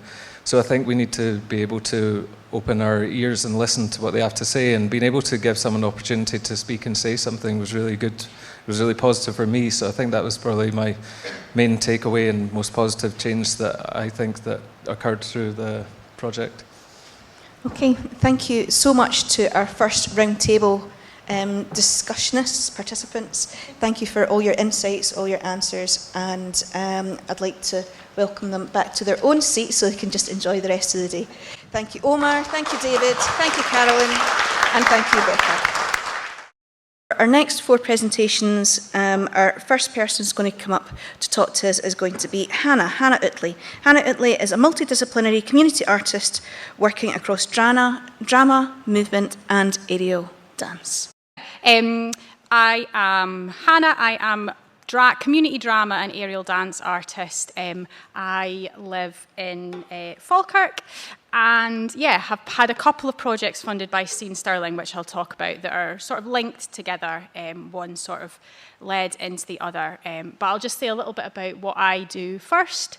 So my work, if it can't do this all the time, but where I can, I want to focus on projects which work with groups that are marginalised or might not usually access the arts for whatever reason that might be. So that's included in the past military veterans with post-traumatic stress, young people that have been excluded from education, people from Black and Asian backgrounds, all sorts of different people that might not access the arts for whatever reason. And I like to try and use, be it drama, aerial, movement, whatever it is, to give these people a chance to increase their confidence, reduce isolation, maybe improve their well-being by connecting with other people. So connection is really important in my work, and being able to share stories and experiences with other like-minded people and to use those to create performance which is in some way autobiographical or biographical and tells the audience something about the experience that that person has had. So I usually work in a devised way. I don't usually work from pre-existing texts and things like that. There was two projects that I was funded to deliver by Scene Stirling, both part of the Community Justice grants. So the first of those was for myself and another artist to attend some training down in London, and then the second was to run a project that I called Aerial January, which I will talk about second. So the first project was to funding for myself and another artist, Grace, who's up there as well, to go and do some trauma-informed exercise provision training in London, which was run by a charity called the Movement Charity, who are a charity that work to restore the right of women and girls to exercise. So why we wanted to do this, there was a few reasons. So in my own practice in theatre, I'd been working for a long time with people that had experienced trauma and poor mental health, and I'd become aware of this buzzword of trauma-informed, and I was kind of going, well, I feel like that's sort of what I'm doing. And I'd got some funding from Creative Scotland to deliver a project called Fly Forth, which was working with women and non-binary folk who had experienced domestic abuse or other trauma or poor mental health, and kind of using aerial as a means to improve their confidence. And so I was thinking about how can I apply what I know from a theatre context to an aerial context, which has obviously got all these different considerations. So I'd come across the Movement Charity and they were running this training, so we kind of took the opportunity to apply for the funding and then go and take part in the training, really with a view to, I guess, kind of cementing what a lot of kind of what we felt like we already knew, but also building our confidence. And it meant that we could use that buzzword of trauma-informed, which is quite recognised, I think, by a lot of people, and something that's certainly been talked about a lot. We gained a lot from it, just in terms, I guess, of understanding trauma a little bit more, the impacts that has, but also, like lots of people have talked about today, of making new connections with people that were mostly based in London, because that's where the training took place, and mostly worked in a kind of more like gym-based exercise setting, but nonetheless, people that were having a lot of similar ideas. We were able to have lots of really interesting discussions about what does it mean to be trauma-informed, and how do we move past that just being a buzzword that we kind of fling around, and what does it actually look like in practice? And we had a lot of interesting discussions specifically around like physical contact, spotting, touch, and things like that, which are really different in a gym environment versus an aerial environment, especially when we start to think about aerial is a form of exercise, but it is an art form, and that's the way that we kind of explore it in our classes and projects. And that really changed how we thought about being trauma-informed in relation to, having physical contact. And then the COVID kind of implications of touch as well, and how that changed the way that people felt about touch. And then, it was an opportunity to kind of practice sort of delivering in a trauma-informed style and to try out different ideas. And then from that came a couple of things. So first of all, even though I've listed it second, Grace and I created a film where we sort of showed what to expect from an aerial class. So we showed the different apparatuses and things like that. And then we had this question of how can we share this learning more widely? It's all well and good that two of us have gone and done this training, so how can we share this more widely? Which brings me on to what I think is the wonderfully titled Jamuary, because it took place in January, and it was basically a jam. So I had this idea for sharing this learning, and basically went back to Sylvia and the folks at Scene Stirling and said, I've got this idea, what do you guys think? And they were like, yeah, that actually could really work in terms of another community justice grant, because a lot of people maybe that want to work with people that have experienced justice might be thinking about a trauma-informed practice. So yes, we had this Jamuary idea, which was basically how can we start the year in a creative, really fun but relaxed environment. So Jamuary was a creative forum for movement and aerial dance artists with a focus on exploring topics related to community justice, mental health, and other topics like that. Particularly thinking about how to be accessible to people from those groups as well. So we had 3 different topics. We explored trauma-informed practice that Grace and I spoke about from our training. We looked at non-linear ways of teaching and creating work,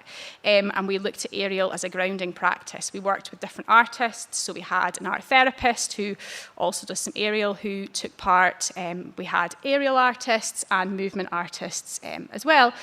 And I should say as well, it was kindly supported by All or Nothing, who let us use their points in the Dunblane Centre.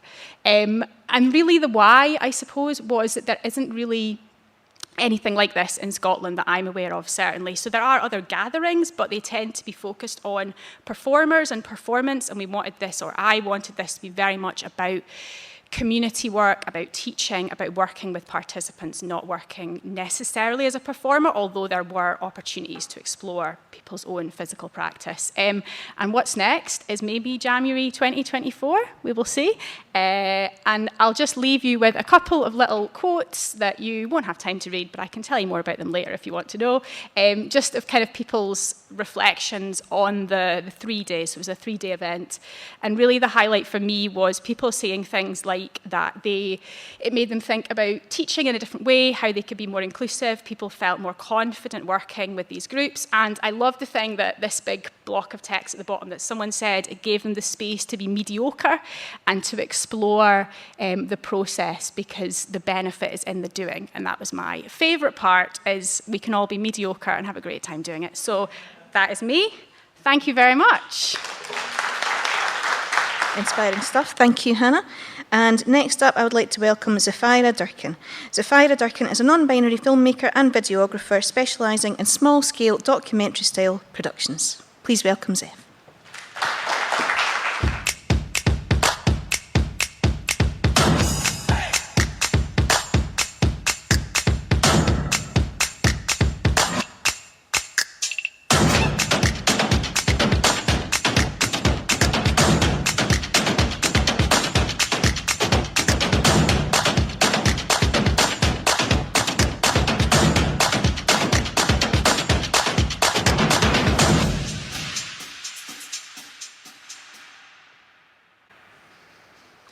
Hi everyone, I'm Zephyra. I'm a filmmaker and videographer.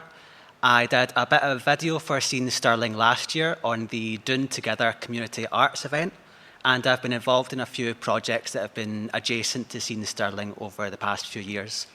It's projects like these that have allowed me to build my business and start my career.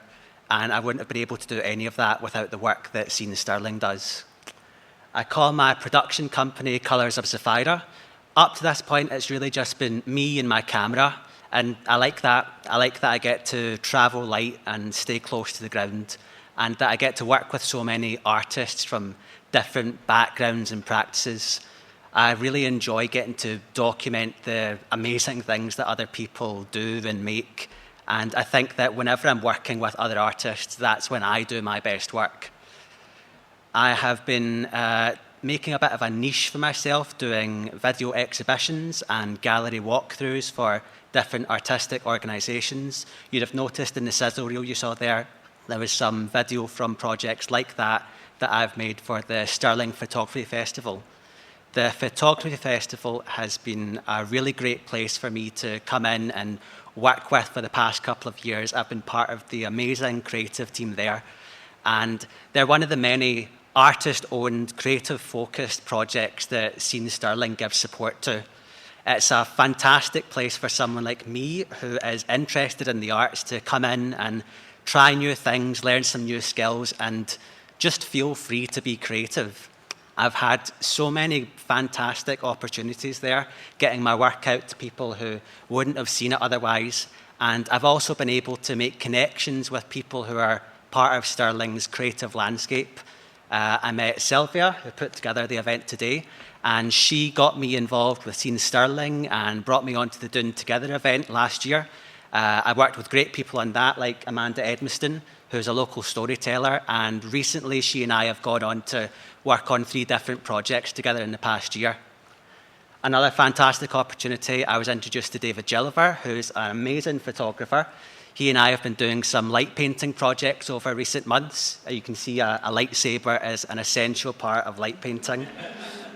Thanks to the work that Scene Stirling does and the reach that they have across so many different spaces, practices, and organisations, it gives people like me the opportunity to get involved and meet other people that I might have never even heard of otherwise.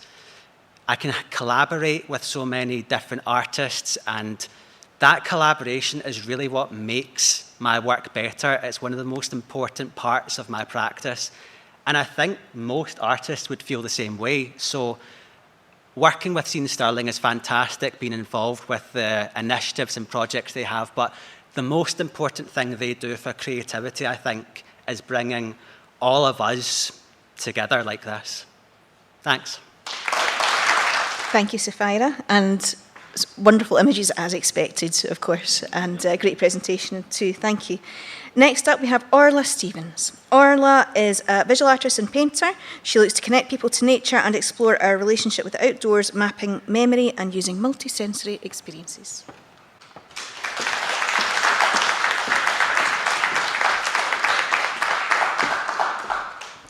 Hello everyone, it's lovely to see you all here today. So my name is Orla and I'm a visual artist and designer based in Callander. I was awarded the micro grant for growth and creative business development, and so I wanted to take just 5 minutes today to talk to you about how I've used this grant to grow my business rather than talking about my practice. But first, a little bit about me and what I do. So my business is structured into 3 main avenues. So I work as a fine artist, creating and selling my work, and I also work as an illustrator and graphic designer, and I also teach. This is through my own teaching projects and creating online educational content, and I also do a lot of community arts work with a lot of you that are sitting here today. The thing that connects all of these different avenues of my business together is my love for the outdoors and my passion for getting other people connecting to nature themselves through creating artwork, through my teaching, and through, hopefully, connecting through my own artwork itself. So a little bit about where I was pre-grant and why I applied for it in the first place. So it was just after pandemic, and I think like a lot of the other speakers that I've talked about their microgrant experiences, I was feeling quite lost in my business. I had spent the whole pandemic supporting me and my partner through it.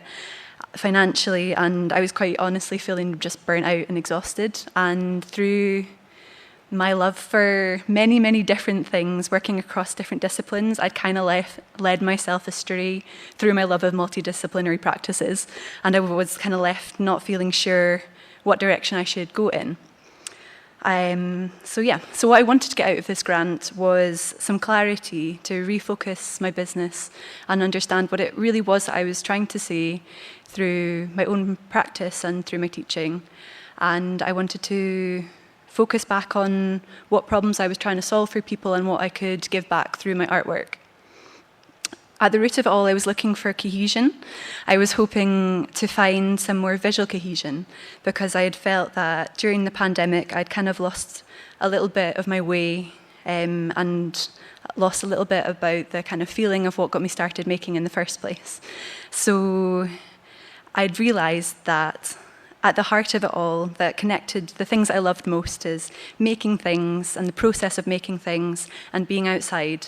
And the two things which connect these things together for me is a sense of play and creative flow and freedom. And that is really at the heart of what I would love to share with other people through my practices. So, how I used the grant.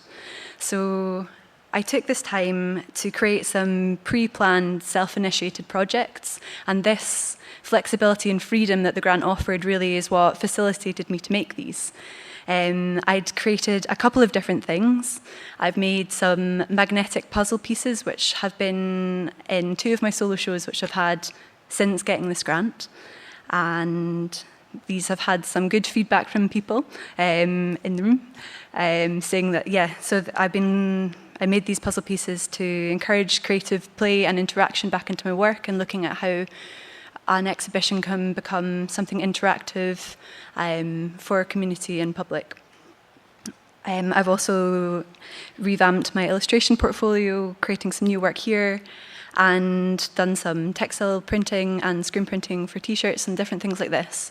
So the grant was really used to reinvigorate my portfolio and bolster it back to a place which I think really reflected my whole reason for starting my business in the first place. So it essentially just allowed me to refocus what I was doing and regroup to be able to present myself as I wanted to, in theory, attract more work that I would love to do in the future, with the aim of making my business much more financially sustainable, energetically sustainable, and back to myself again. So just to conclude, the result of all this was I managed to find some new clients, ones which have been amazing to work with. I got to work with Climate Adaptation Scotland on a mapping project, which was fantastic. So that was a great commercial illustration project I got to work with in lieu of all the self-directed work which I'd created during this grant opportunity. I've been involved in, it's really helped me re-energise my own teaching practice. I think the kind of investment in myself has been fundamental in being able to give back to other people, and it's given me what I need in order to be a better teacher and a better community artist as well. I think that, that self-investment has been really rewarding to be able to share with others. And it's also resulted, as I'd said, in some solo shows. So I think, just all of this self-investment has led to some really beautiful new opportunities and collaborations with other people. And I think, just to finish, that maybe the best thing that it gave me was some more confidence in who I am and what I'm saying, what I'm doing, and a bit more confidence in my own creative voice. And confidence is, I think, something that you have to find on your own. It's not something that anybody can give you. Programs can help and things like this, but I think it's something that you've got to find on your own. And the openness and the flexibility that this grant, the way it's structured, really, really gave me that. And that was just very, very, very rewarding. And I think it's going to be something which continues to keep on giving for me and for other people into the future. So that's it. Our next speaker is Stephen McAll. Constant follower is the Stirling-based band formed around songwriter Stephen McAll. So I'm looking forward to learning more about Stephen's work. Please welcome him.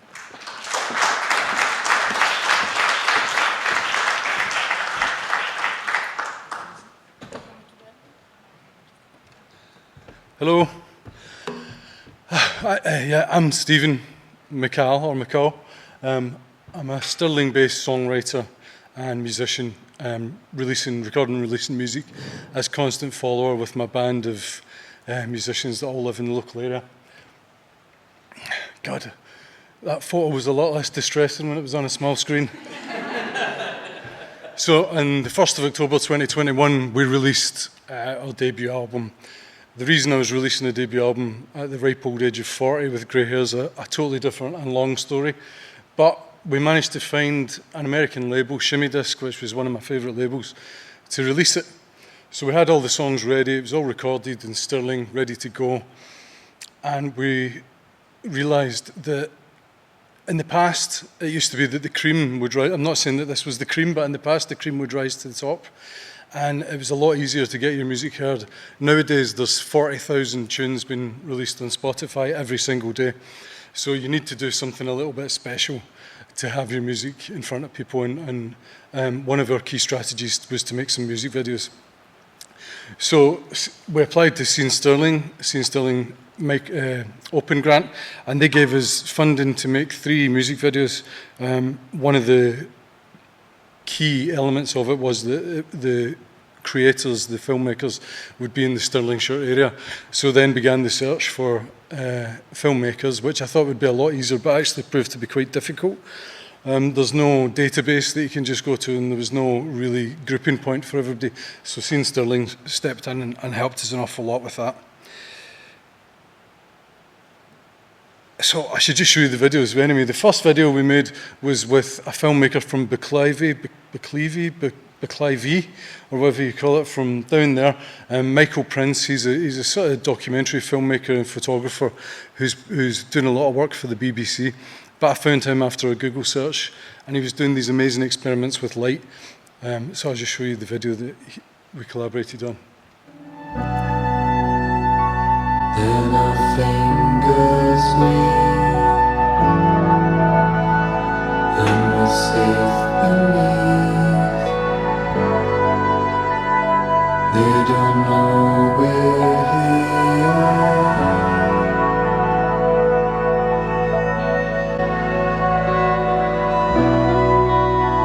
You know I'll never leave you. So when I was going out to look for filmmakers, we didn't have sort of prerequisites or any ideas about who it was we wanted to work with. It was really just about the quality of the work and whether we thought it would suit the tunes. But there's one thing, is that I'm completely obsessed with stop motion animation. So I wanted at least one of the films to be a stop motion animator. The problem that I came up against wasn't that we couldn't find one, it was that there was too many and we just didn't have enough work. So we found this girl who's living in sort of the greater Stirlingshire area called Fiona Burton, and she was doing this really cute work, working with puppets, a lot of the stuff that she'd felted herself, and she made this.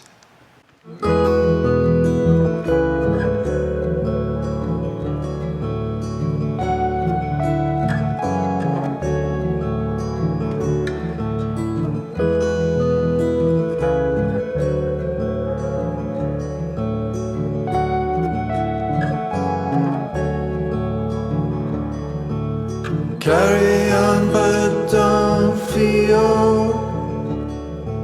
The practice has something for that. Disengagement of you. Those illusions are true. This thing is. Now this was the money that we got. I mean, that's months of work on a very, very small budget. So we knew that we'd be working with a lot of artists who were in their early career and were able to do that. The third film that I wanted to show you, which is actually my favourite, it's also a stop motion made by George Farrell Hawkins, who's in the room. Happens to not be working, George, sorry. But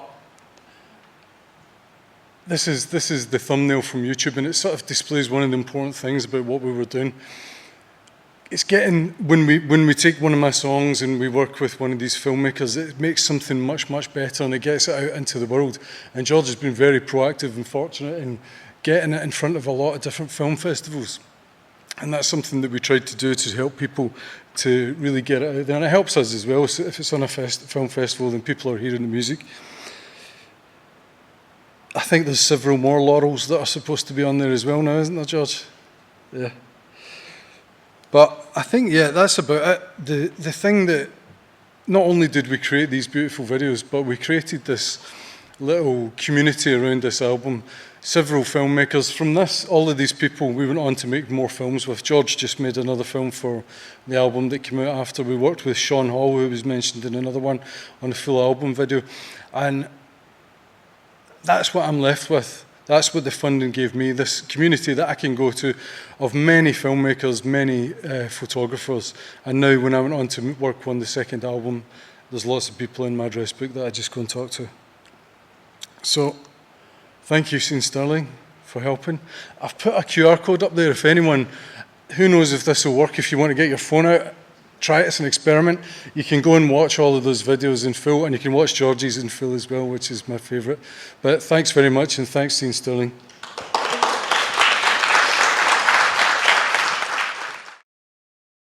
Roundtable 2, we're going to be discussing the future. We've talked a lot about the great things people have done with support from Scene Stirling and from other agencies and organisations around about Stirling. And now we're thinking about the future, building on what we've learned so far. So we have Steve McAll, Orla Stevens, Zephyra Durkin and Hannah Uttley. And we're going to be, again, reading out in that order questions. And depending on the time, I might give you your top 1 answer or your top 5 answers or whatever else. You'll be able to tell from a tone just how little time we have left. What does having an accessible and inclusive art practice look like and mean to you? Okay, so I have till 5 to 2. I think it means so much, and I think like accessible and inclusivity and things like that, they become kind of buzzwords, don't they? And we all like want to say that we are those things, and we all want to be those things. And I suppose it's maybe not trying to be everything to everybody, and trying to think about like who are the people that I'm really trying to include, and who am I trying to make sure can access this class, this project, this performance, whatever it is, and tailoring it to those people, and maybe recognizing that, not to sound negative, but that yeah, we can't focus on everything all at the same time, and so maybe we have to think about, for this project, what's my focus and how does that change compared to what I did last time. And I think kind of thinking about aerial and theatre specifically, for me it's about trying to like demystify it and really try and encourage people that you actually don't need to have a dance background or a performance background or feel particularly confident moving or speaking to do these things. These are things that anyone can do. And I think it was maybe Orla was saying earlier about this like element of play and that being really important, and doing these kinds of things we can get a chance to play, and those are maybe skills that we've sort of pushed aside as adults because we need to do like serious things like earn money and buy property and pay bills, but also having fun and playing is really important. So I think for me it's an inclusive and accessible art practice is one that really knows who it's for, and being quite confident and proud of that, and saying, well, this project is for this group, and I know this other group might love it as well, but at the moment I'm going to focus on this group, and also trying to demystify it. So lots of people have been asking today about aerial classes, and I've been saying, like, really, as long as you can get up and in and out of a chair easily, you can come along and you can do it. And if you can't get in and out of a chair easily, then we'll figure out a way for you to be able to do it regardless. And you don't need to be a mover or a dancer or a talker to do theatre, that it can be for anybody. So yeah, demystifying and being clear. Do you want to go next, Steve?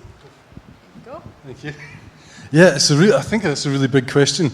And for me as a musician working on my own in my own studio, it's something that I never really considered until I made a funding application, and this was one of the questions on the funding application, so I really had to think about it. And I think that that's the key element, I think, is awareness and consideration. So really, even at my level where I'm just working on my own most of the time, I do have an awareness of people's additional needs or that might be coming into the studio. And as myself being a disabled musician, I've got 2 hidden disabilities. most people have like, I was going to give the example of when we were invited to play at South by Southwest Festival in America. So that would have been quite easy for most people.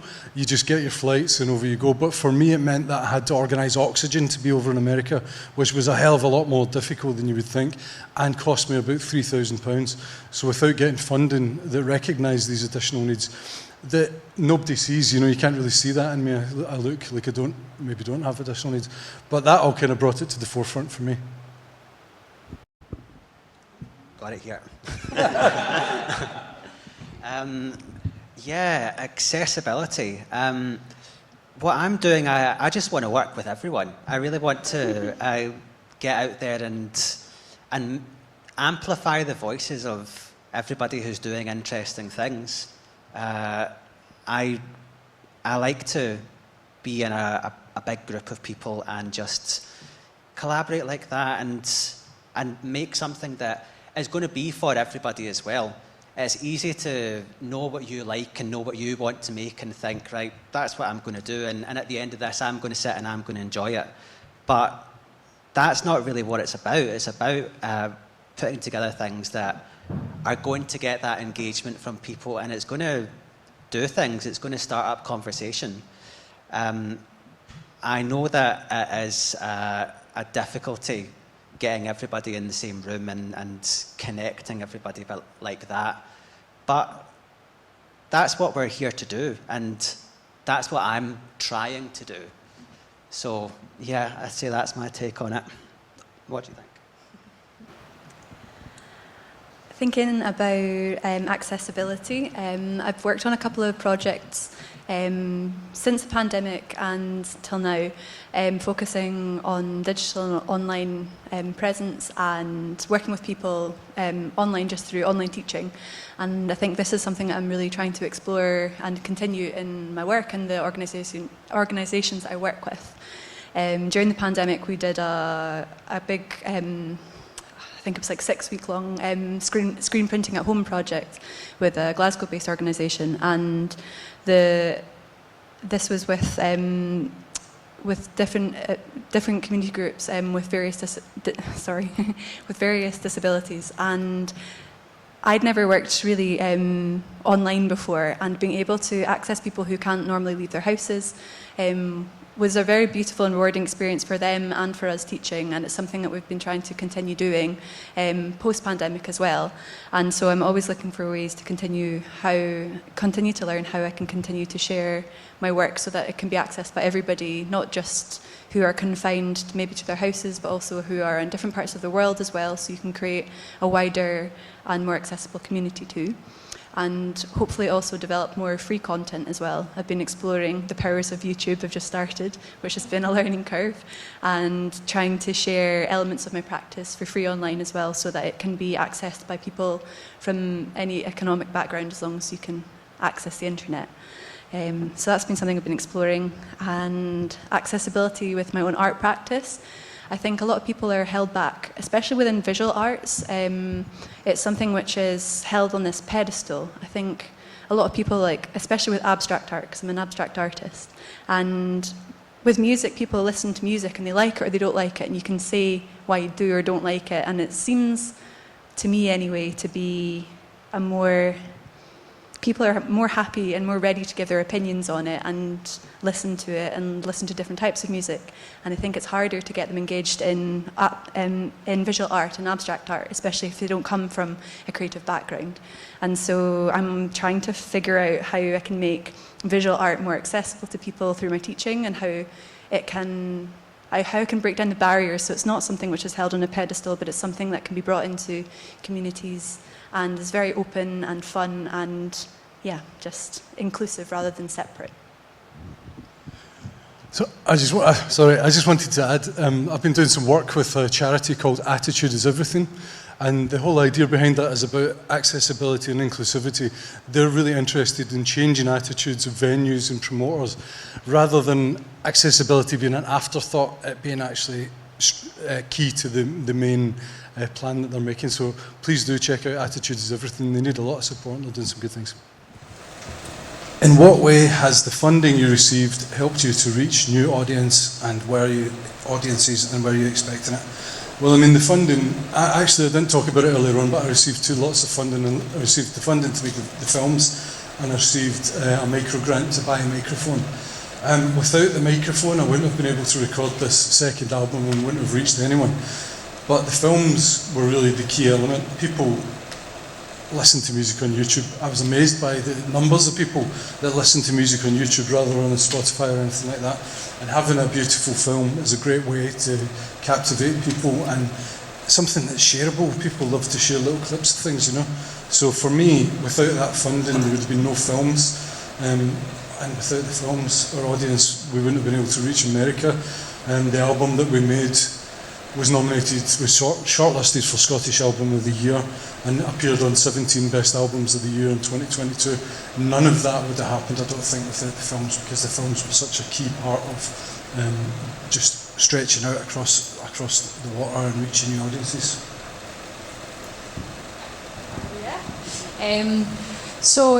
Okay, how has it helped me reach new audiences? So I suppose rather than reach new audiences directly through the funding, I guess the funding has hopefully made me and the other artists that went on the training and took part in the event in January feel more confident now to go out and work with new participants and new audiences. In that sense, I guess, I think, a lot of the artists or Grace, who I did the training with, and then the artists that came to January were people that I already knew, I suppose, but it was a chance for us to connect more deeply, I suppose, and to find out things about each other that we didn't know, or about each other's practice, and then to hopefully go on and put that learning into practice in our own teaching, and hopefully reaching new audiences. So since getting the Scene Stirling funding, I've got more funding from Creative Scotland to do another aerial project, which is for non-binary people and women with an experience of trauma or poor mental health. So the funding will hopefully enable me to better deliver that work and reach new audiences through that. And I suppose in terms of the second part, was I expecting it? I don't know if I really was, to be honest. I think I'd had this idea for January, and I guess I was surprised by the number of people that I know that were really interested in sitting down and discussing and also physically exploring some of these topics that are more about community practice or teaching as opposed to creating your own work. So I think that was a surprise for me, that people were interested in exploring those things, and people that I knew primarily as people that wanted to create performance and performance artists themselves, rather than people that were mostly focus on teaching or community practice. So the work that I do is all about finding an audience. I need an audience for the videos that I make to kind of go on and survive. What's been really helpful for me, being involved in all these different organisations that I'm making video content for, is using their audience to bring people to me. So a lot of my work is featured mainly on the Stirling Photography Festival YouTube channel. I think if you wanted to find a kind of comprehensive collection of my work, that's where you're going to find it. That's where most of the things that I do appear.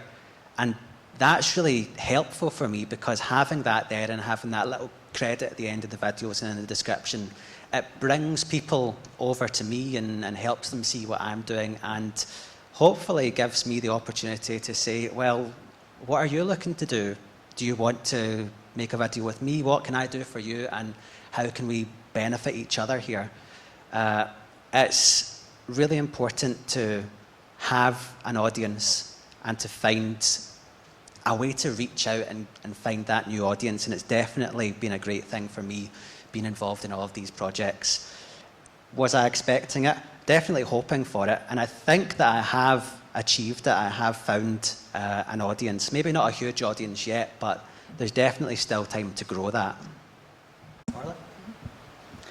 I think I'm along the same lines as yourself, that so since doing the project through the micro grants, I had 2 solo shows, one at the McRobert and one at the Tallbooth, so they've all been local. And I think for me, it's all been about developing a very local audience through this project and subsequently from it.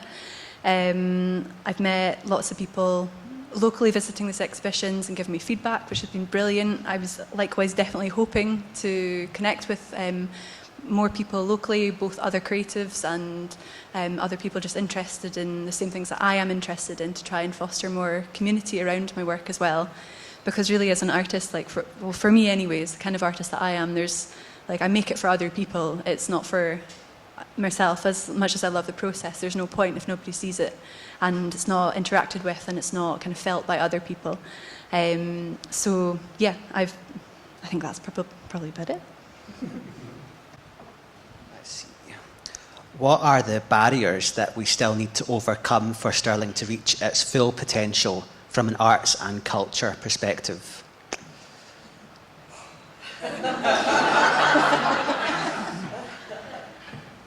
Bringing people together. That's what I was speaking about earlier, and that's what I think is important about branching out and doing new stuff. It's difficult to find these things when you don't know where to look. I know that people that I've been speaking to today, it has been a process of talking about what we've been doing, and everybody says, that's really cool, where can I find more of that? Because there's not a notice board in the middle of Stirling that says, all the things that you want to know, this is where you can find it. And it's really difficult to know how to get that information out there. I think what would be a great thing for artists in general in the Stirling area is to know exactly where to promote themselves and where to find the other people who are doing similar things. Stephen and I were mentioning earlier that it would be fantastic to have some kind of regular event if Scene Stirling was able to host something. I'm not saying weekly, I'm not even saying monthly, maybe even quarterly, every 3 months we have something where artists can come together and Stephen's able to find those filmmakers that he had to Google search, and I'm able to say, this is what I do, is anybody else interested in it? And Orla, you're able to talk about the things that you're doing, and we're all able to just put out what we want to do and find people who want to get involved in that. I'd say that's kind of what we're looking for. Orla, do you want to go next? Yeah, Sylvia, I think we're going to give you a lot more work to do with all of these events planned. But yeah, even if it's just annually like this, I mean, it's a lovely way for us to be able to talk about what we're doing and meet all of you. I've still got so many people to meet that I've not got to talk to yet. And yeah, it'd be lovely to both have artist-to-artist networking space and events, but also artist-to-public as well. So just let you know, so people can learn more about projects that we're all running and they would like to get involved in them too. And likewise, they can tell us what they want to learn and what they would like to know or do or find out, or what services they're looking for too as well. I think that would be a great two-way street to do. Yeah. Anybody else? Yeah, you go, yeah. Yeah, I think there's two things. There's definitely this this idea that I've talked about with a few different people, this artist meetup once every couple of months or something like that. Everyone that's in this room just now and other artists can just come. Maybe there's some displays of work or people doing live work and everyone just has a networking event. I think that's what we do. That's what I do when I go to Wide Days Music Convention. I meet people, and make connections, but we don't have something like that in Stirling. So that would be great. The other thing is, when I made the album, after it was released, we had a sort of artist meet-up type thing that everyone came along to, and all the artists that were involved got to know each other, and that was a really good thing. But we talked about this sort of culture map for Stirling, or a culture directory for Stirling, that we knew was a massive job to do, to get everyone all connected. You can see all the names of people, what they're doing. And that's something that's going to take a lot of funding, but I think it's something that maybe, after talking to all the artists in the room today, maybe it's something that's worth Scene Stirling having a look at, because to be able to just connect with people. I mean, when I do a Google search, who do I get? Well, I get Glasgow artists, I don't get Stirling artists. So they're way down the pecking order for whatever reason. So to have that at hand would be an invaluable tool, I think. I think lots of good things already said, like some kind of, I like what Zeph said about like a notice board, some kind of directory, all those kinds of things, which I don't think I need to say anything else on. I think there's like practical barriers that we need to consider. Maybe we can't overcome them, but things like location and how people can travel around Stirling, public transport, and trying to hold activities in venues that are accessible in terms of public transport, walking, things like that, which we maybe can't solve those problems, but maybe that's just something we can think about, and where we choose to stage events and different things that are going on. And then I think the other thing that comes to my mind is really that I think we maybe as artists have to make this kind of conscious decision to reject the status quo of the best things happen in the big cities, and going, well, like you've said about the filmmakers, you could have worked with a filmmaker from Glasgow, but we've decided to go, nope, we're going to work with someone from Stirling, or we're going to run this project in Stirling, in Stirlingshire. And I think that was something that I found so I lived in England for a number of years, and I moved back, and I definitely found that the most interesting opportunities that I could find were often in the big cities.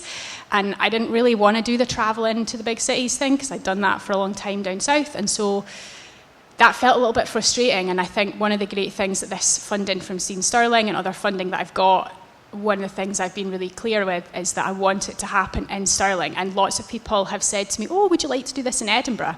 And I'll just say no, because I don't live in Edinburgh, I live in Stirling, or I live in Falkirk. Someone else can do it in Edinburgh, or maybe I can get other funding and do it in Edinburgh. But it's important that if one of the barriers is a lack of opportunities, then we have to somehow create those opportunities, and funders have to, I guess, be willing to fund those opportunities. So that would be my last 2 cents on that. Can I once again add something else? Of course. Sorry, I just want to talk. As well as a musician, I'm also a promoter, so I put on the gigs Golden Hum in Stirling, and I'm always looking for young bands to support the international artists that are coming through. But what's the first thing the young band does when they start getting any sort of recognition? Move out of Stirling to Glasgow or Edinburgh. So I think, like you said, opportunity here, there's an amazing venue. We've got the Toll Booth, who has amazing youth initiatives, but maybe a second venue, like what Creative Stirling are trying to do at the moment, is going to add some extra options for bands to play gigs. Yeah, absolutely. It's the same for spoken word and spoken word performance with poetry. I've not said a lot about poetry today, which is shocking considering I'm Stirling Makar. But for me, I started up my wee business 12 years ago, and the reason I started it up was because I didn't feel people should have to go to Glasgow or Edinburgh to learn how to write creatively. So I thought, while I'm learning myself, I'm going to help other people learn too. Because the economic barrier, and we've not really touched on the economic barrier and what's perceived as an economic and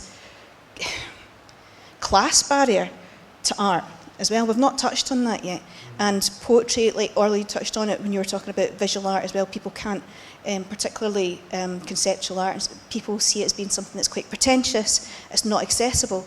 And it's not quite the same, I think, for music. I think people find music a lot of the time more accessible. Mm-hmm. But maybe videography as well, especially the more artistic videography and aerial art. It's the same for poetry. People see it so often as being very pretentious, and find learning about poetry or any kind of literature it can be an expensive thing to do. I mean, just going to Glasgow or Edinburgh is, you're a tenner out of pocket, never mind before you get food and so on. So it's something I've been trying to do as Makar, I've been trying to get funding for, is to try and make learning about my flavour of art more accessible for people, and I'm trying to find ways to invite people in, because I'm trying to get over that. I never read poetry when I was growing up. I read a lot of stories or a lot of novels. I didn't really read poetry until I was at university. I didn't start reading poetry for pleasure until I came away from teaching and started coming away from teaching. So that is something that I wish I had done earlier, and I wish more people could find their way into it a lot when they're younger as well, because it's not pretentious. It doesn't have, well, sometimes it is, but it doesn't have to be pretentious. It doesn't have to have, there shouldn't be a barrier to enjoyment of these things, whether it's economically or whether it's for class or education reasons too. So I just wanted to get my own wee soapbox speech in there as well. So thank you. Orla, what was the next question? One of the themes of Scene Stirling throughout the years was unlearning. What's something that you have learned as part of your project and started doing differently within your own practice? I think I need a minute to think on this one. Unlearning. I feel like I'm like constantly unlearning things. It's kind of hard to pick one. Unlearning, I think if I'm talking about my own personal practice and the project I was doing through the microgrant, a big thing I was trying to unlearn was this barrier I had in my own head towards abstraction, because this is something I'm very passionate about and explore privately, but a lot of the work that I felt comfortable sharing with other people was more in a literate tone, and I had assumptions that other people would like it more and accept it more because it's more easily understood. You look at it and you see something and that's what it is. But I was much more interested in many more layers below below literal representation, and so that's really what I pushed myself to do within this project, was just like rip off that band-aid and like allow myself. It's so funny like how much like you can hold yourself back based on ideas which aren't even true, that you've just kind of had in your head. I don't know where they come from, but they just get ingrained along the way. So I think I've been like unlearning and relearning that creating has got to come from first from a place of authenticity, doing what you really want to do, and then from there, the right people will find you and connect with you, and things will naturally grow much easier because you're not pushing a rock up a hill. You're just like letting it roll.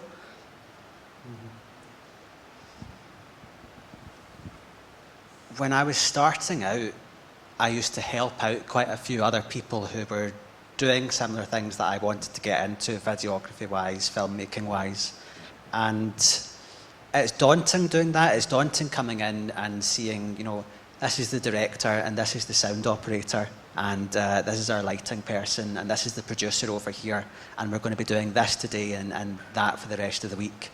And when it came time for me to say, I want to do this as well, I want to make these things and I want to start doing my own work, I thought, where am I going to find all these people? I'm going to have to get a Rolodex or something and have all these people that are going to work with me. And very quickly I realised that you don't need an army to make these incredible things. I can just pack my bag and bring some lights and have a microphone and my camera and set a microphone and camera up in the corner and carry mine around, and over the course of the day get a lot of footage and photography that will make a great video.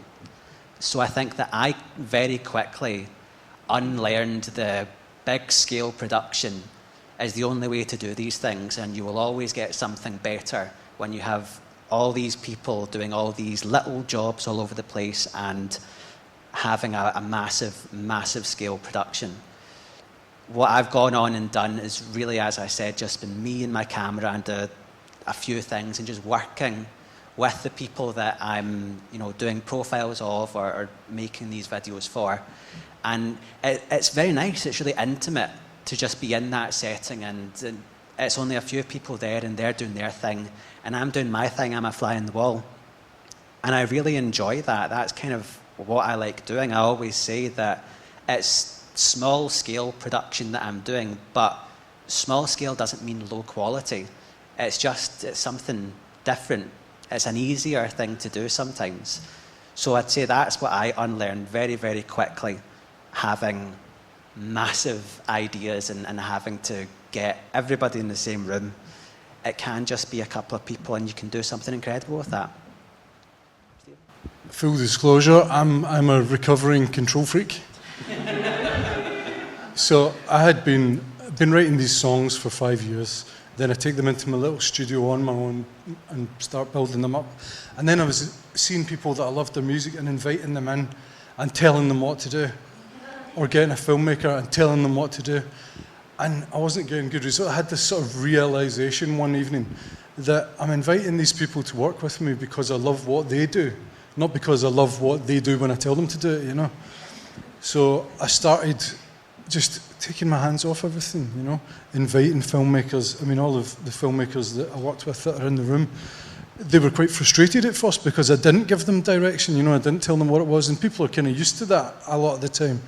But I just wanted them to respond to the music and create whatever they would come up with. And the results were incredible and much, much better than anything I could have told them to do. So that was me unlearning to sort of control absolutely every aspect of the art and just trust the musicians and the filmmakers that I'm collaborating with because I want to collaborate with them because I love their work. I think there's been maybe a couple of things that I can think of that I'll try and talk about quickly. And I think the first really, like Orla was saying a little bit, is about preconceptions, like around myself, my own body, how I move, like who that body is for, like how I should move it, all of those kinds of things that I think when you have been in a profession that is like quite focused on people looking at you, that's, yeah, I feel like that's something that I've had to think about and kind of learn or unlearn various things to do with that feels much more personal. And then I think on another level, actually similar to what you were saying, Zeph, that about, yeah, unlearning the idea that like bigger is better. And I think I suppose that, so when I'm working in theatre settings, people will often ask me, I'll often be working with youth theatre groups or community groups, and people will ask me, oh, so do you want to go and be a professional director? And I always, for a long time, I felt like that is what I should want to do, because surely if I'm going to direct youth theatre or I'm going to direct community groups, then I should want to step up, right, and direct professionals. But then when I've worked with professional actors, I haven't enjoyed it as much. And so I think for me, that's not been a preconception that I've had, but I suppose it's embedded itself maybe in me through other people's preconceptions, is the idea that community work is somehow lesser, or not as valid, or not as artistic, or lacks some kind of artistic quality, and that actually, to me, the work that community groups make, whether that be young people or adults, whether it's like visual art, film, music, whatever it is, can be more powerful because they are often coming from a place where they don't carry a lot of the preconceptions that we have about how art should be made or what it should look like, or like, oh, if you're working in this style, you should do this thing. They don't know about those rules, so they aren't concerned about breaking those rules.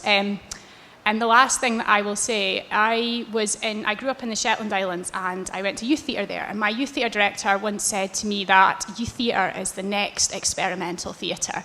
And I feel like that is the case for like community arts in general, is that it is a space that we can be really experimental because our participants, our performers, our artists aren't constrained by like the history of what it should look like, and they can just be more free maybe to have some fun and enjoy it and try things out and not be constrained by things that maybe we are sometimes constrained by in our ideas. So yeah, that's my thoughts.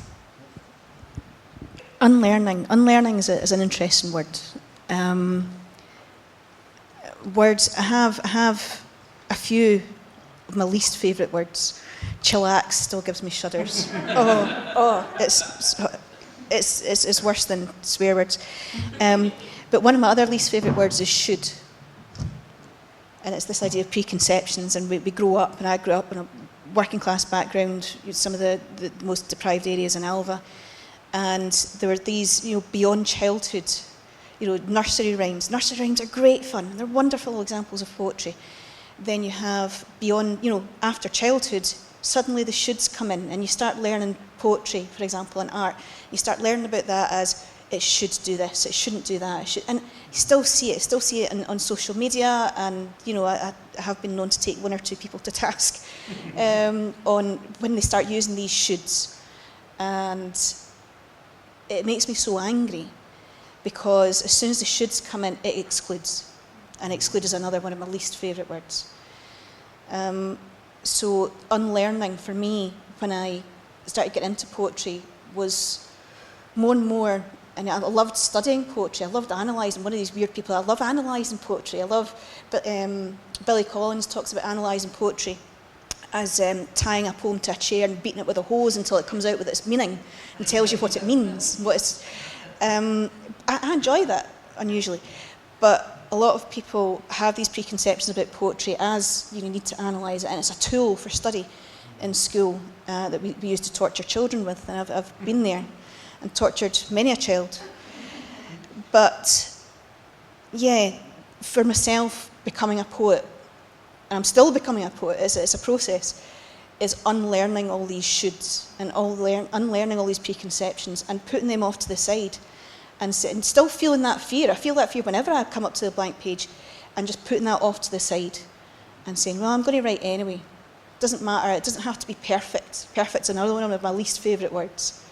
It doesn't have to be perfect. Art doesn't have to be perfect. The music doesn't have to be perfect. The dance doesn't have to be perfect. You just have to feel it. So that for me is about unlearning all that. As soon as you start getting perfect in there, that's when fear comes in and procrastination. So that's, for me, that's what the unlearning was.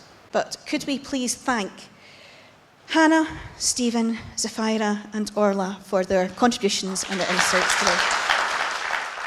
Something that occurred to me when I was thinking over what some people were saying is this idea of the art community as being like one big global pyramid scheme. But not in a way that, is exploitative to anybody. It's a pyramid scheme in the sense that I think so much of the funding that has been involved is about finding funding to help other people, to involve other people, to teach, to collaborate, to get together. So a pyramid scheme in that sense of come with us, come and join in. That sense of play is so important, and that sense of fearlessness in learning. I work a lot with beginner writers, and there's always that fear there that you have to unlearn. So this pyramid scheme, it's not about money. I mean, money's nice, but it's about success. Money can be in funding, and all that can be one measure of success, but it's about all of us finding our own, what success means for us. And when we're getting started out, it's the first time we got a poem on a page. It's the first time we did something different with our art since we had when we were wee, when we were allowed to play. Well, we're still allowed to play. Who says we're not allowed to play? Success is that driver. The first time I was commissioned to write a poem. The first time I had a poem in a gallery was in here. And there's always a new shiny thing to go and chase. That's the fun bit. And it's welcoming people in to give them the courage to find their own shiny thing, to chase that shiny thing, because that's where the fun is. And success might not end up being what you expected it to be, but you find other successes on the way. It's not solitary, it's collaborative, it's a community. And I know I'm preaching to the choir on that one because you're all here to find out things from each other, to find out what Scene Stirling's been up to find out what we're going to do together in the future. It sometimes is solitary, and you do need that solitary time, but the power is in the movement together.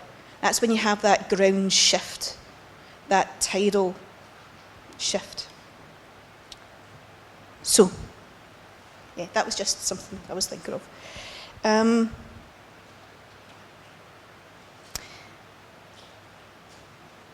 This is the end of today, and I've got a lot of people to thank. And then I'm going to invite Kevin up, and he's going to thank people as well. And then I'm going to read a poem, and then I can leave you to go away off and make as much as you can of the connections you've made, the ideas you've hopefully had today as well. Thank you to all the artists who have been involved today, who have done the scary thing of come up there and talk to an audience of a lot of people who don't know about things that they feel incredibly proud of for having achieved. And rightly so. Thank you to all of you for coming along today and being such a lovely audience and laughing at my terrible jokes, and for being so kind to all of our artists who've come up here to speak to. Thank you to Tara and the rest of the team at the toll booth, tech, catering, reception staff, and in particular the ArtLink Central and Scene Stirling team, especially Sylvia, who's done a lot of work. I'm sure everybody in the Scene Stirling team has done a great deal of work to bring today together for us. Thank you so much. And I'm now going to pass over to Kevin to thank anybody I may have left out.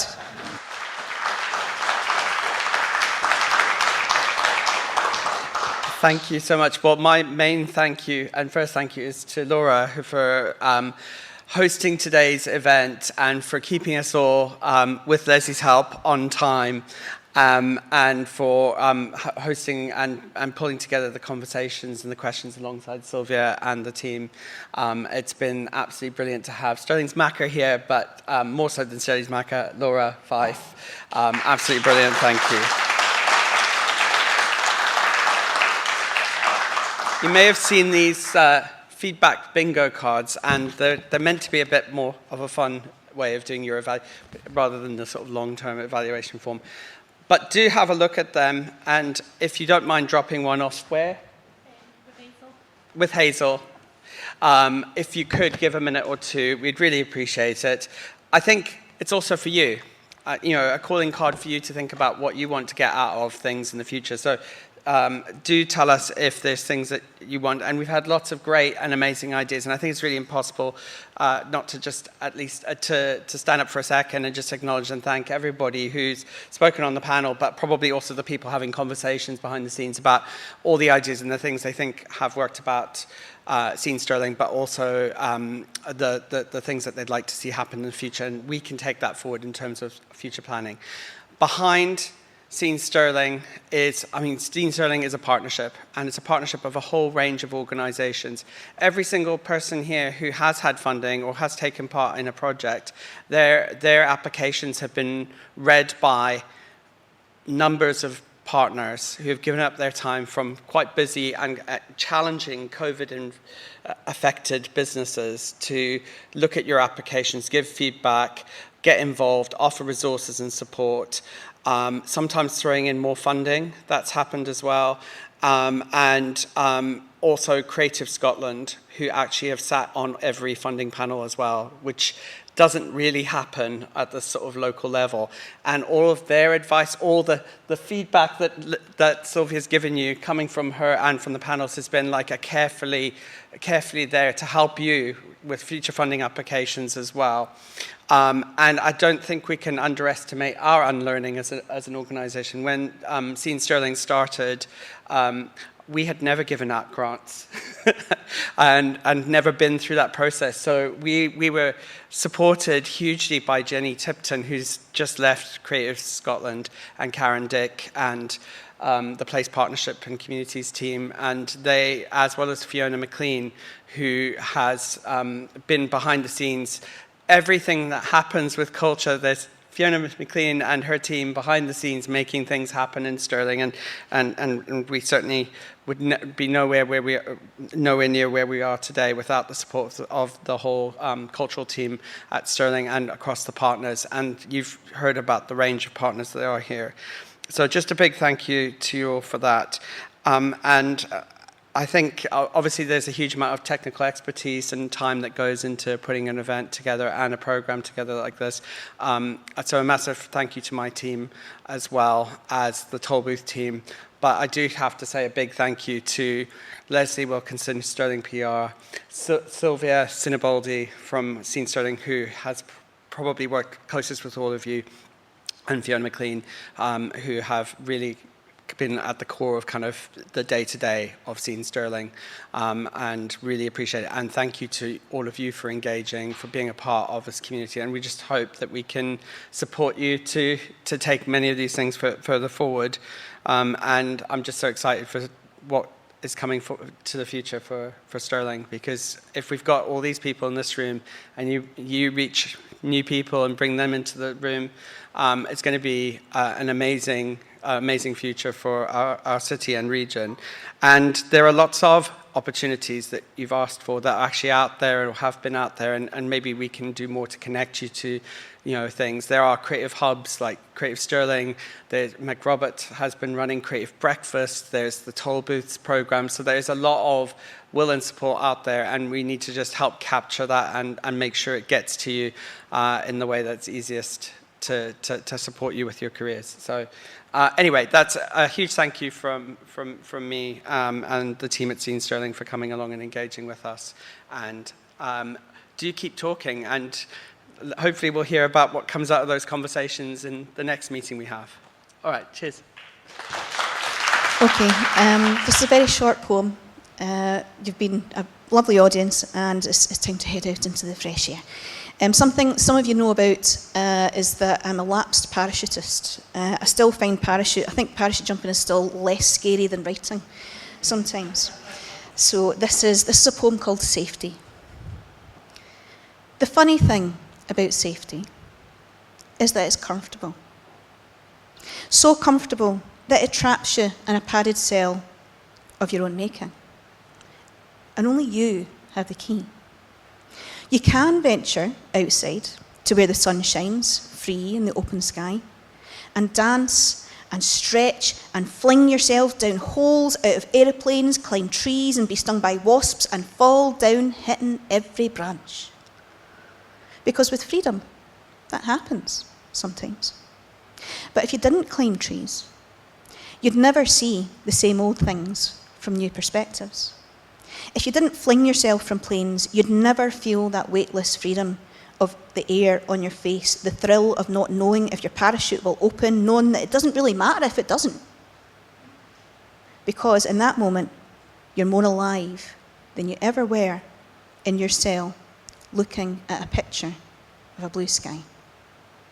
Thank you, everyone.